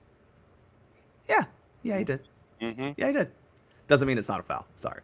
But I'm gonna not evaluate the foul any further from that. The issue here is the process. We have a ball go in the back of the net. The center official is going to look at the AR to make sure, yep, we got a good goal. And when he looks over there, the AR is stand put, which means, no, we don't have a good goal. Then they talk on their headset for, 27 minutes somehow. And finally we come to a decision. No, we have a foul, no goal. Then we have to go through the VAR process, and the VAR is looking at this going, I don't know, it's not a clear and obvious error. I mean, I'm sorry, y'all, that wasn't a clear and obvious error that a foul occurred, because there very clearly is contact from Matias Galarza on the goalkeeper, who initiated that is another question. But there is contact. He does impede the progress of the goalkeeper, which is a foul. And so that's the VAR process. Is once it's triggered, you can't say this is clearly and obviously not a foul. It's not a clear and obvious error, if that makes sense. Yeah. It just took forever for them to make an on-field decision, and that's really frustrating. And again, this was at the end of a half where the gentleman in the center decided to be very quick on yellow cards for Atlanta United. Mm-hmm. 2 of them were probably earned. 1 of them definitely wasn't. LA Galaxy didn't have any problems in the first half, despite fouling us as well. But, that's fine. And then we get this call, right, that goes against us. And it did feel like... It did feel bad. Let's just put it that way. It felt bad. Okay. All right. So you and I obviously will agree to disagree on the amount of contact / foul / preventing of Marcinkowski to get to the ball, because I thought with Galarza and Marcinkowski here that the ball goes over Marcinkowski and does not go over Galarza. So it's this moment here, it goes directly over him, and so Galarza is not impeding if something's going directly over Marcinkowski's head. He's standing next to it. Marcinkowski milks it. I get that. We agree on that, but that we get to. Now, the 3 yellows in 4 minutes. Fotis Bazaka's only called 11 fouls in this game. Mm-hmm. He called 5 fouls in the first half against Atlanta. 3 of them were yellow cards. We knew going in that his margin of yellow card to foul was pretty high. Even this seems lickety split when you're going straight to a card, and now what you're doing with 3 yellows in 4 minutes is whatever the line is, the line may no longer exist, and now you're fishing for the final 60 minutes of trying to figure out, okay, where's the line? And the fact that you call 5 fouls and 3 of them are yellow is just that's an odd duck for me in all of this. So first off, yellows and fouls not necessarily correlated, and I'll explain why. Cooper Sanchez clearly got a yellow card for either dissent or delaying the restart of play. Dissent I would get, because I could understand the dissent, because if aren't you like the wave off, isn't that supposed to be an immediate, Well, no, I think ultimately he gets it for delaying the restart of play in a dissent action, if that makes sense, because he does stand over the ball while he's arguing with the referee. Dissent light. Dissenting action. Yes. He's yelling at the referee while standing over the ball and delaying the restart of play. Okay. So that's issue number 1, is Cooper's card is not for the foul. So, I think that unfortunately works against the argument. However, I don't know what Stan Gregerson's yellow card was for. It was not a reckless foul. I mean, he trips him. Not the first time a player's been tripped on a field ever. It wasn't in a situation where you would be stopping a promising attack. It was not reckless in my Atlanta United opinion, but I'm like, that's a pretty common foul. Atlanta United got kicked once or twice, but apparently that's not a foul nor a yellow card. So that's where I do understand is like, wait, you weren't calling similar fouls like this. you do call it here, then you give a yellow card. Yeah, no, Wiley, I agree that it's a foul. Like I'm again, it is a foul. Mm-hmm. My point is there were other fouls like this in the game that were not automatic yellow cards. Mm-hmm. And this was not in a position that would have necessitated a yellow card for that type of foul. Yeah, he kicks the back of his leg. He trips him. It's not kicking, it's tripping. He trips him. Yeah. You know, and that's the issue. Now, Barracall is definitely more in the foul that he gets the yellow card for is definitely more in a yellow card worthy action. He is very late, and you could argue it as an attempt to stop a promising attack. So probably reckless, probably stopping a promising attack in some way, shape, or form. That yellow card made more sense. That's what happens when you have a slow center back who can't man mark very well, and he's going to make fouls like that and get yellow cards. I think the really only gripe we have is Steen getting a yellow card in that manner so quickly, so decisively for a foul that is a pretty common foul. Again, I'm not arguing whether it's a foul or not. It's a foul. He trips him. Fine. That type of foul happens all over the field, and I don't know why LA Galaxy didn't get a yellow card for doing the same thing. And that's the issue, right? If you're going to adjudicate it one way so quickly with yellow cards in the first half, then you're at that point wondering, okay, if LAG does this from this moment on, does it turn into a yellow card action? And if there were similar moments, as you noticed, it was not. Well, it's not even like, I noticed there were similar moments. Yeah, that's a foul that happens. So, like, yes, LA committed a couple fouls from behind. Mm-hmm. Not in a sinister way. They're defending. They make a kick to try to kick the ball away, and they miss the ball. They kick the player. Right. Again, I don't think Steens was particularly reckless. And again, that is our standard here. We have careless, which is a baseline foul. Mm-hmm. Reckless, which is a yellow card. Excessive force, which is a red card. Barracall's was reckless. Okay. That to me rises to that level of a foul, a reckless foul. He is late. He kicks the player after the player has kicked the ball away. That is a reckless foul. It also maybe is possibly stopping a promising attack. So there's two possible yellow card situations there, which usually equals, you're getting a yellow card for this foul. Steens was just not, to me, up to the level of a reckless foul when you consider other fouls happen that way. And so I'm with you in that if you're going to give a yellow card for that foul, there were multiple fouls on Latte Lot that did not receive a yellow card in a very similar manner.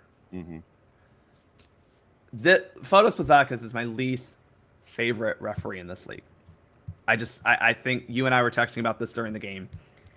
I do not understand. Okay, I'm not trying to dump on the dude. I would like to see his fitness test. Okay. I think he consistently is out of position. He's consistently behind the play. And I don't think he manages the game well at all. Yes, that. So those are the issues I think you and I both have with Fotis. Is he does not manage the game well. You do not want to be in a situation where you are managing the game with yellow cards. You should be taking action before that. Now, sometimes it happens. I was mentoring on Saturday, and a kid gave 3 red cards in a U10 game. Wow. For fighting. Wow. Sometimes that happens. Yeah. Kid got pushed from behind. Yeah, it's a foul. He didn't like it, and then things happened after. Okay. Unfortunately, especially when you're dealing with men, I don't want to. This is not a gender, sex conversation, but when you're dealing with men, they have a higher proclivity for stupid stuff. It just happens. I don't care what age. John, I don't know why.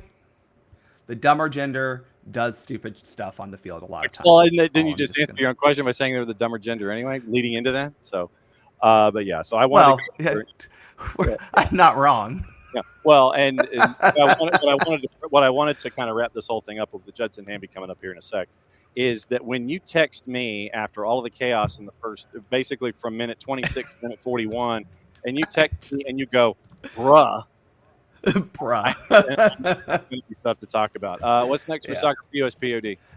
Off this week because I'm traveling. I get to go to one of your favorite places in the world, Hoover, Alabama. And next week we'll be previewing the fact that our roster drops very, very soon. So that'll be the theme next week: is who is actually on our roster. The whatever number 55 provisional roster is out this week. I'm trying to remember my dates if it's this week. I think it's Friday in New York. I think. Well, the provisional roster of the, I think is this week. It's either this week or it's got to be this week. I think it's Friday morning or something like that. It's some big to do in New York City or something. And then the full roster will come out in New York City on Memorial Day, I think, or something like that. Anyway, so that'll be what we're doing next week. Is who's that provisional roster for us? Trying to build that so that because that's what you pick from for your World Cup roster. So that's our theme for next week. Well, as always, my friend, great to break stuff down for you and with you and kind of see where your brain is. And it's always entertaining. And I know that it's always something that folks gravitate toward here on Mondays. Yeah. It's great to see you, my friend, and enjoy Hoover, Alabama. Bye, y'all. There goes Bart. Ooh, boy. Yeah, Hoover, Alabama. And Bart Keeler. That's a combination for you. So, and like I said, there are issues that a lot of us had involving the crew in particular. Like I said, I don't know what VAR was doing. I don't know what the VAR conversation was, if there was any. Hey, go look. Nah, I'm good. You're good. Okay, cool. Was there static on the line?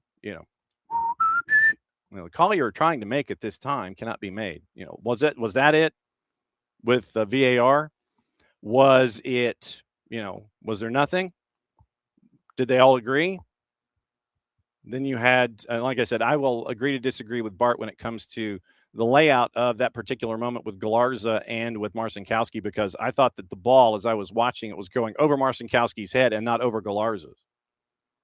And Galarza did tug, yes, but JT Marcinkowski milked it for all that it was worth. And you end up getting the disallowed moment there for Atlanta United and the goal across the board. And then, like I said, then we end up with the cascading events from there, and you look at how it's going to go. So,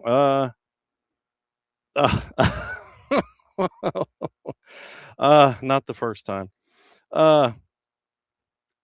Wow. Let's see. So what do they tell me now when it comes to let's see, what do they tell me? Yeah, so we're trying to get Judson Hamby in here, and the link is being blocked by his computer inside the building at Oconee County High School. So not necessarily a surprise, but it hasn't been that difficult in the past. Let's see. If you go to your phone, let's see, Android, let's see, log in through Chrome, iOS,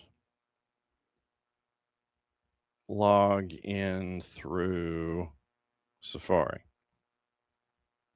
Let's see, Safari. All right, so if I could spell Safari, let's see, and I hope that helps. All right, so if you go to your phone,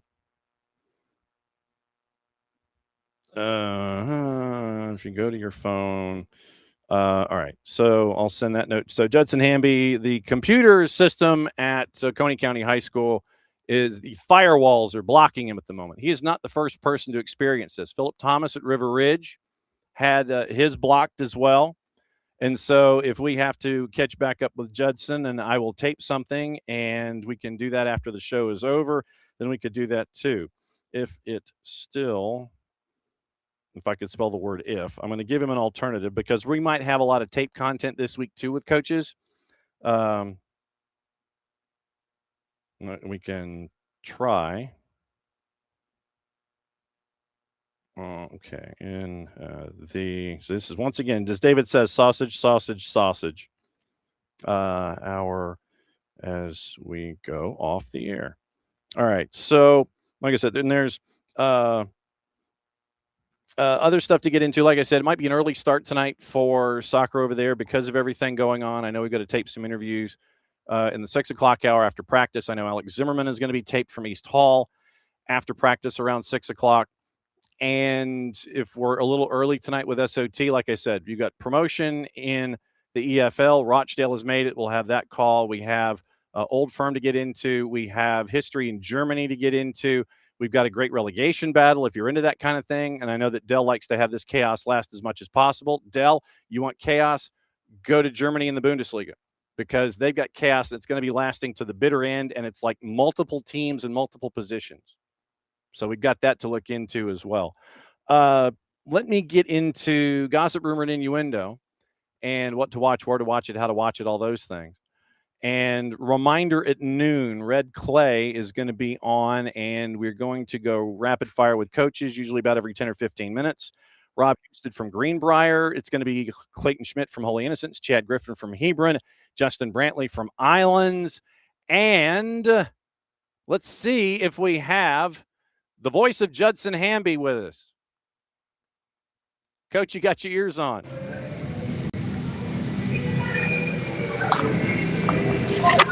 Coach, can you hear me? I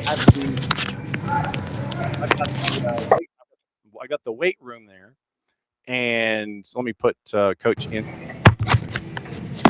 Coach back to the green room quickly, because he is he's out in the either in the gym or the weight room or both.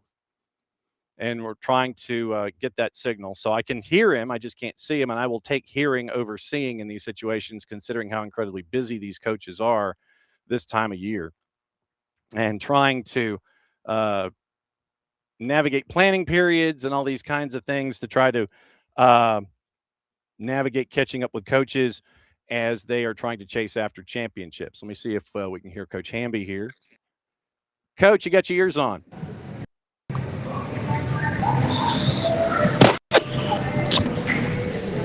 I can hear you. Can you hear me? I think it dropped. He's still fighting it. Okay, so Coach is still fighting it and trying to get a signal out of the gym. And so, like I said, we will effort Coach Hamby, and I'm going to keep an eye on him in the green room and see when we can hopefully get a conversation with Judson Hamby as Oconee County gets ready for Jefferson when it comes to the matchups coming up starting tomorrow. And we can have these catch-ups with all these coaches. We're going to try to catch up with as many coaches as possible starting here and working our way through, whether if you win a championship, chasing after a championship. I'm going to try to have as many of them by Friday as we can, because Friday being the last day of the tournament of itself. Let me see if Coach Hamby is Coach, you got your ears on.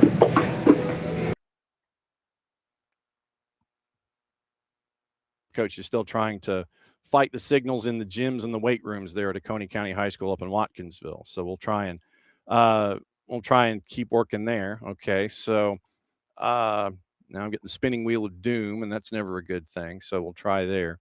All right, so what to watch, where to watch it, how to watch it by our friends at Fanatis, fntz.co/soccer down here. That link is important. Helps them, helps us, and helps you. Adds to stream more matches than you've had previously, and it gives you the opportunity to have a bunch of different places and a bunch of different places you might not have known that you could stream matches. You get all the BNs, BN in Espanol, all the BNs across the planet, Middle East, North Africa. You get all the BNs, which means you get Polish League, French League, and you get Turkish League. You get everything AFCON, everything CAF, Champions League, all of that. Polish League's today at 1 o'clock. FS2 is the league we don't talk about at 2. Monday Night Football, USA, Spurs and Leeds at 3. ESPN Deportes, Rayo Vallecano, Girona is at 3. Serie A is at 2:45 on Fox Deportes. Universo simulcasting at 3 on Premier League. La Liga of Rayo Vallecano, Girona is on ESPN+. Fox ONE has the league we don't talk about. English Championship Playoff, Millwall and Hull Cities at 3 o'clock on Paramount Plus, along with Serie A, Napoli, and Bologna. and that is what to watch, where to watch it, how to watch it.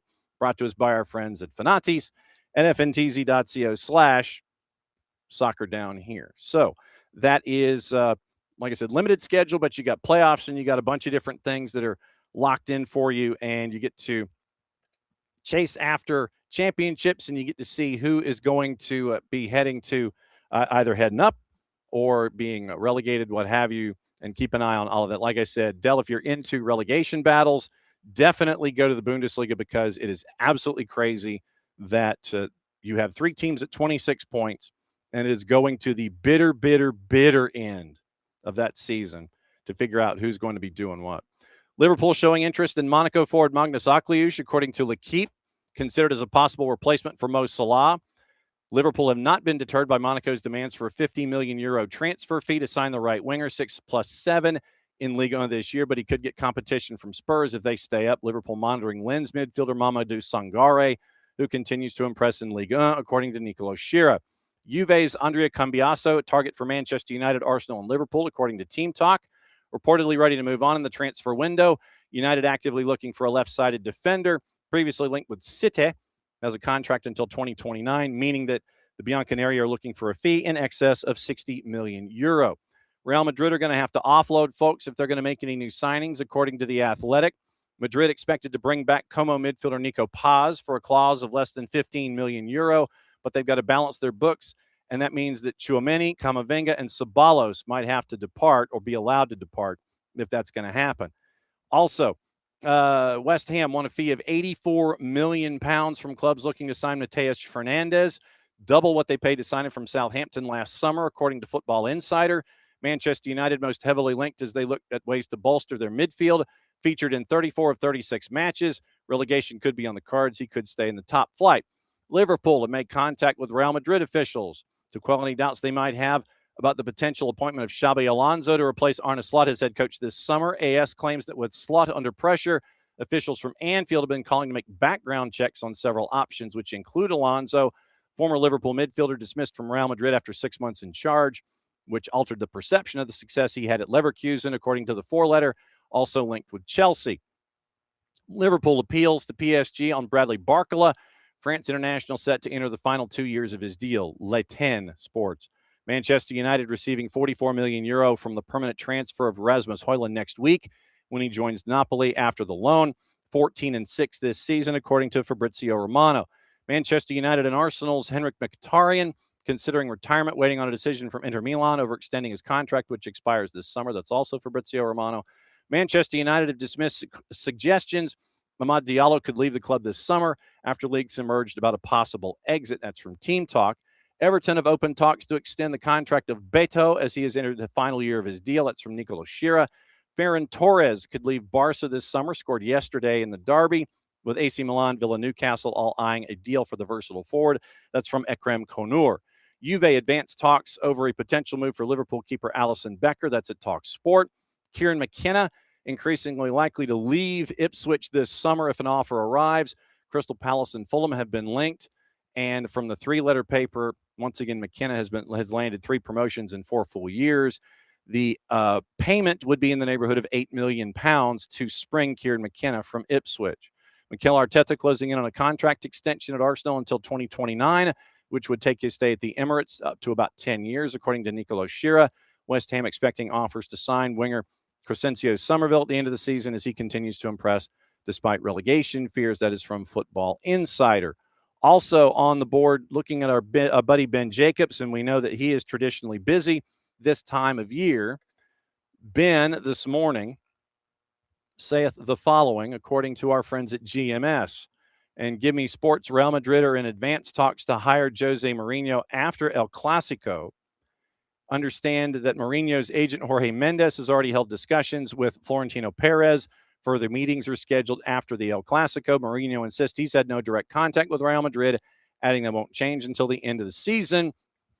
Beat 2, 3, 4. Just because Jose Mourinho has had no direct contact does not mean that agents haven't. Quoting Mourinho, I had no contact whatsoever, neither with the president nor with any of the important people in the structure. And by my own decision, a decision similar to others I've made throughout my career, especially now in the final stages of the season. I don't speak to anyone. Once again, this all may be factually accurate. That does not mean that Jorge Mendes isn't talking.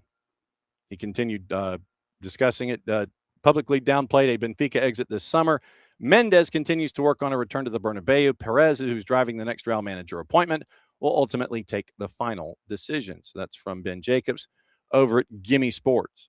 FIFA has launched their 2026 World Cup Technical Study Group, brainchild of Arsene Wenger, led by Pascal Zuberbuehler, Otto Addo, Tobin Heath, Jurgen Klinsmann, Jane Ludlow, Michael O'Neill, Gilberto Silva, Jean-Dal Thomason, Paulo Wanchope, Aaron Winter, Zabaleta, and lead of Football Performance Insights, Tom Gardner. They're going to analyze all 104 matches, either in stadium or from a performance suite in Miami, and provide real-time updates to fans.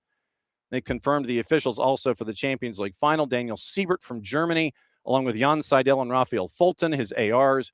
Sandro Schurer from Switzerland is the fourth. Reserve AR, Guadalupe Porras Ayuso from Spain. VAR is Bastian Dankert from Germany. Robert Schroeder is the AVAR, and VAR support is Carlos del Cerro Grande from Spain. We mentioned Napoli's £38 million conditional obligation to buy Højlund. Once again, if they qualify for Champions League victory tonight against Bologna, will almost guarantee a top four, 14 goals, all comps this season. Beth Mead, and this was the one thing that I didn't get the chance to talk to Bart about. Beth Mead is leaving Arsenal at the end of the season when her contract expires. 265 appearances, 86 goals, 9 seasons. She has won a Women's Champions League, 1 WSL title, 3 League Cups, and 1 FIFA Champions Cup. Manchester City are in advanced talks to sign Mead this summer. So Beth Mead could be going from Arsenal to Manchester City starting next year. Espanyol have confirmed that Monchi is going to be their next sporting director. And we mentioned Juve currently in talks with Alisson. And the keeper is open to join Juve from his time at Liverpool. Once again, Swiss Ramble has a deep dive into FIFA's finances that might be required reading for the day, as impact on Club World Cup and where the governing body spends its money. And so if you like Swiss Ramble, I would recommend perhaps checking in on Swiss Ramble to let you know what's going on, because they do have the in-depth knowledge and look-sees about everything that go on. They look at economics, and they pull no punches. So Swiss Ramble now has something out on FIFA. Last night, Major League Soccer, James Rodriguez asked about him retiring, people saying that that's just for clicks. And that was his response, basically. No, I'm not retiring after the World Cup. That's for clicks and for people. I know what my decisions are. And he had post-match last night to discuss that after his term was there. Chronological order from the World Cup headquarters and from our friends at Roubet. World Cup squad announcements start May the 11th with Bosnia-Herzegovina.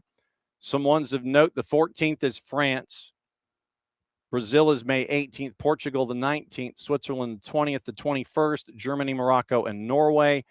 England on the 22nd, Netherlands, Spain on the 25th. The U.S. will announce their roster on the 26th. Colombia, May the 29th. Australia, Croatia, and Mexico are on June the 1st. I'm sitting here and I'm trying to see if there's anything else that I have missed. Let's see. It's 55 names, but not quite 55 names. Let me see if Coach went out to his car. Coach, you got your ears on. I saw you briefly, and then you disappeared. I cannot hear you. Now I can hear you, I think. Coach, you got your ears on out there.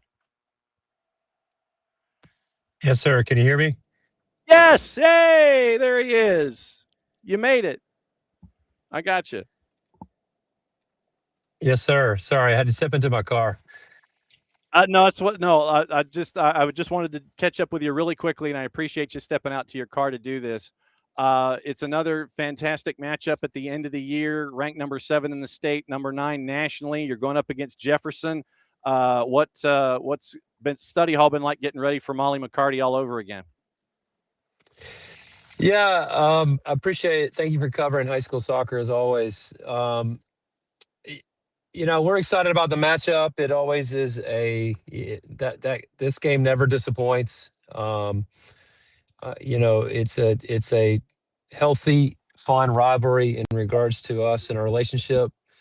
And as far as the game, yeah, we've been just trying to prep for tomorrow, and little things and here and there as we get near the end of the season that you just kind of tweak to help the team.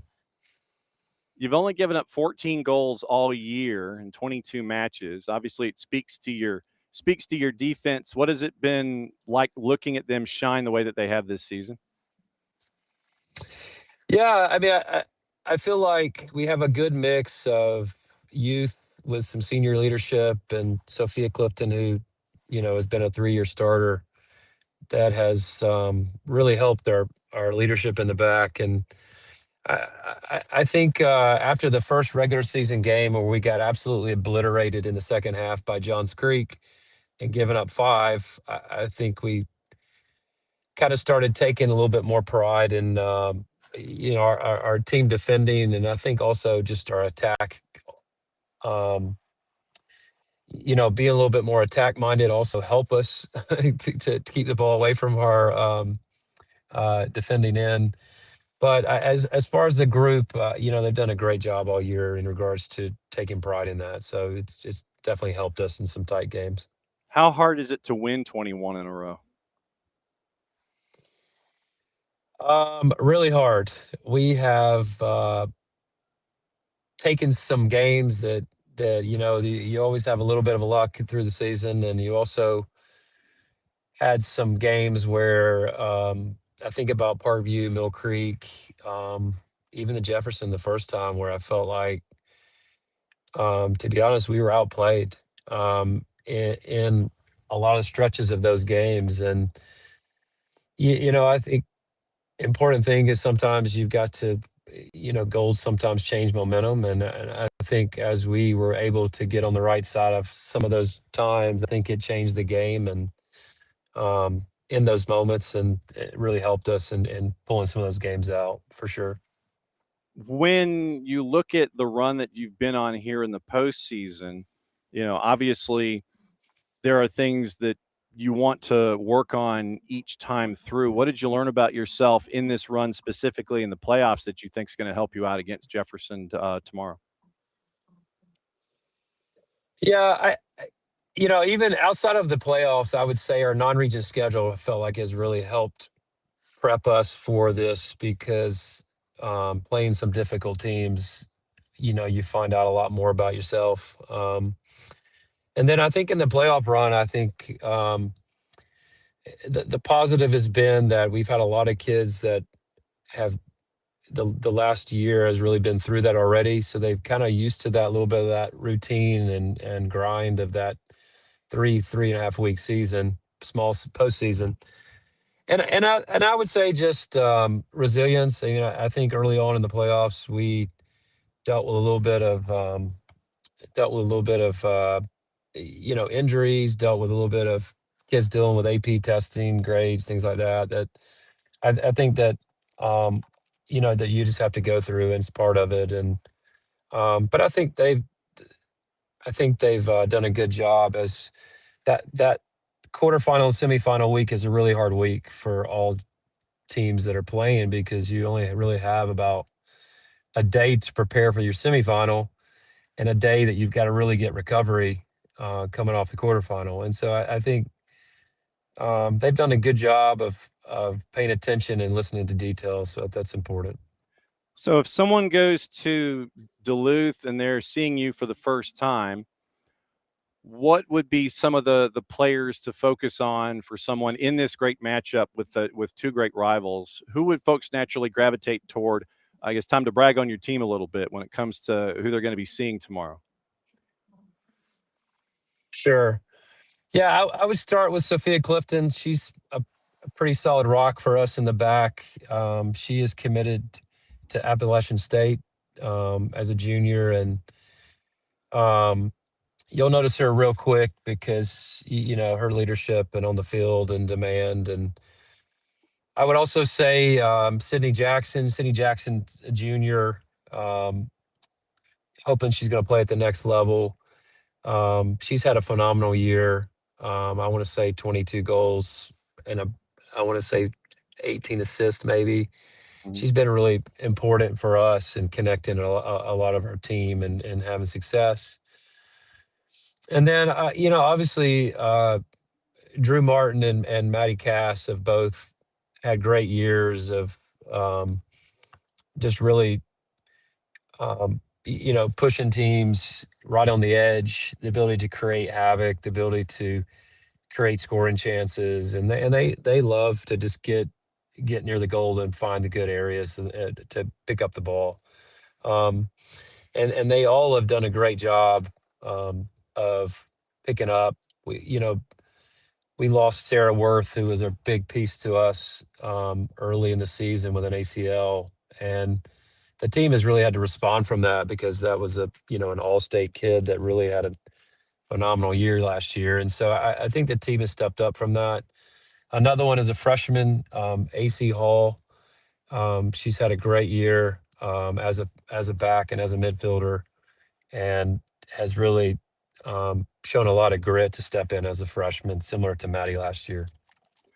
What are you the most confident about going into this matchup tomorrow, and what concerns do you still have about going into this matchup?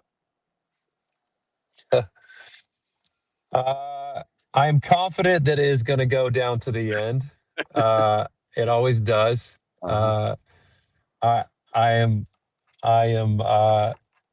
uncertain of, I think for both of us, we will, it's like a chess match, and uncertainty would be not only for me, but for her. How does she change things from our first meeting?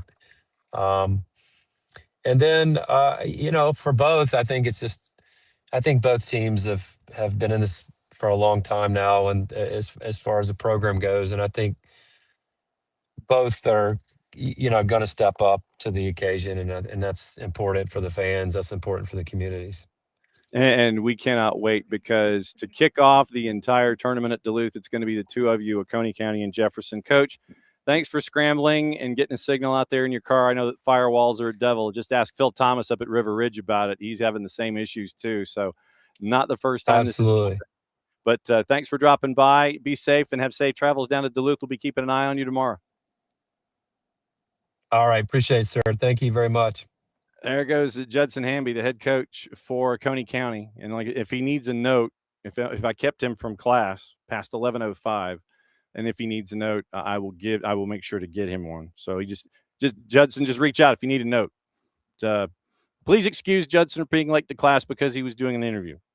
But that's going to be a great matchup. This is going to be two great ambassadors of the sport in the state of Georgia kicking things off at Duluth. Tomorrow, once again, remember, it's going to be Maddie and Jason. They're going to be at Duluth for the 3A matchups. Nick and Justin Hanover are going to be at St. Pius for the private matchups tomorrow, 5 and 7:30 on both. NFHS Network on both. And then Luke Winstall and I will be Class A, D1, and D2 on Thursday and Friday at Upson Lee, 4 and 6:30. But St. Pius tomorrow starts the private championships on Tuesday, 5 and 7:30. AA championships Wednesday, 5 and 7:30. Duluth, Tuesday's your AAA. Wednesday's the 5A. 6A on Thursday. 4A is going to be Nick and Justin at Duluth, 5 and 7:30 for the Quad A championships, because Maddie has Georgia Impact and Jason's going to Orlando. So that's your breakdown, NFHS Network. Or just go to St. Pius, go to Duluth, enjoy the games. If you're in Middle Georgia, come see us at Upson Lee. I know it's going to be great crowds for all of those matchups in Class A, Division I and Division II. Just to let you know, tomorrow, once again, Oconee County and Jefferson leads it off. Holy Innocents and Wesleyan on the girls' side. Like I said, we're going to catch up with Clayton Schmidt as a part of the noon show. And it is at 7:30, Islands and East Hall. I think we're taping the interview with Alex Zimmerman around 6 o'clock. So that'll be airing tomorrow. And Justin Brantley is going to be with us in the noon show at about 12:45. Tuesday, 7:30, Whitfield and Hebron. I believe we are catching up with Coach Hellier from Whitfield tomorrow at 10:30. And we're catching up with Chad Griffin coming up in the noon show. He'll be at 12:30 as well. That's your Tuesday grid, and we will go from there. So once again, Rob Houston from Greenbrier at noon, Clayton Schmidt, 12:15, Chad Griffin at 12:30, Justin Brantley at 12:45. That is going to be Red Clay Monday, and we are efforting a bunch of other coaches to either be with us on tape or live that we will try and run for you as part of our coverage of the high school championships here on the network. So let me say hi to everybody. Morning, David. Morning, Wiley. And let's see, where else am I missing here? I saw Abby. I know that Abby was in. I know Michael Head was in this morning. And Bart obviously was kind of keeping an eye on things before he joined us at 10 o'clock. And so let's see, there's Abby, there's Michael, there's Ricky, and there's Lokeville. And then so, yeah, Lokeville. If you want to listen to the ref discussion, you go to 92.9 The Game, and they have taken the full-time report, and it's in the Off the Woodwork podcast section at 929thegame.com. So if you ever miss any full-time report, wait about 24 hours, and the full-time report will pop up on 929thegame.com in the podcast section, and then go Off the Woodwork, go in there, and full-time report will be there so you can listen to it then.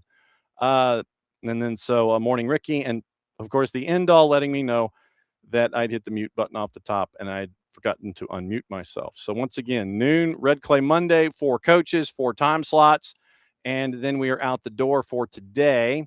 Doctor's appointment, keep your fingers crossed. Tomorrow, once again, it's an opportunity to catch up with Kadani McAlpine from the University of Georgia. He'll be at 9:30. KCD at 10. Steve Hellier from Whitfield Academy at 10:30. We've got coaches that were kind of drifting in and out for the rest of that coverage as well. Red Clay at noon. We're stacking that show here as we go. So that is another go-round of SDH AM. Thanks for dropping by, as you always do. Back in about 40 minutes for Red Clay Monday. Start our real tour of what's going on in and around the state when it comes to the high school soccer championships at those sites on the NFHS network. So from everybody here to all of you there, thanks as always for dropping in on Monday. Since it is the end of the show for 40 minutes, I get to do this. Mucha Platiel played safe seat at the top of the hour. Red Clay Monday, presented by Kaiser Permanente.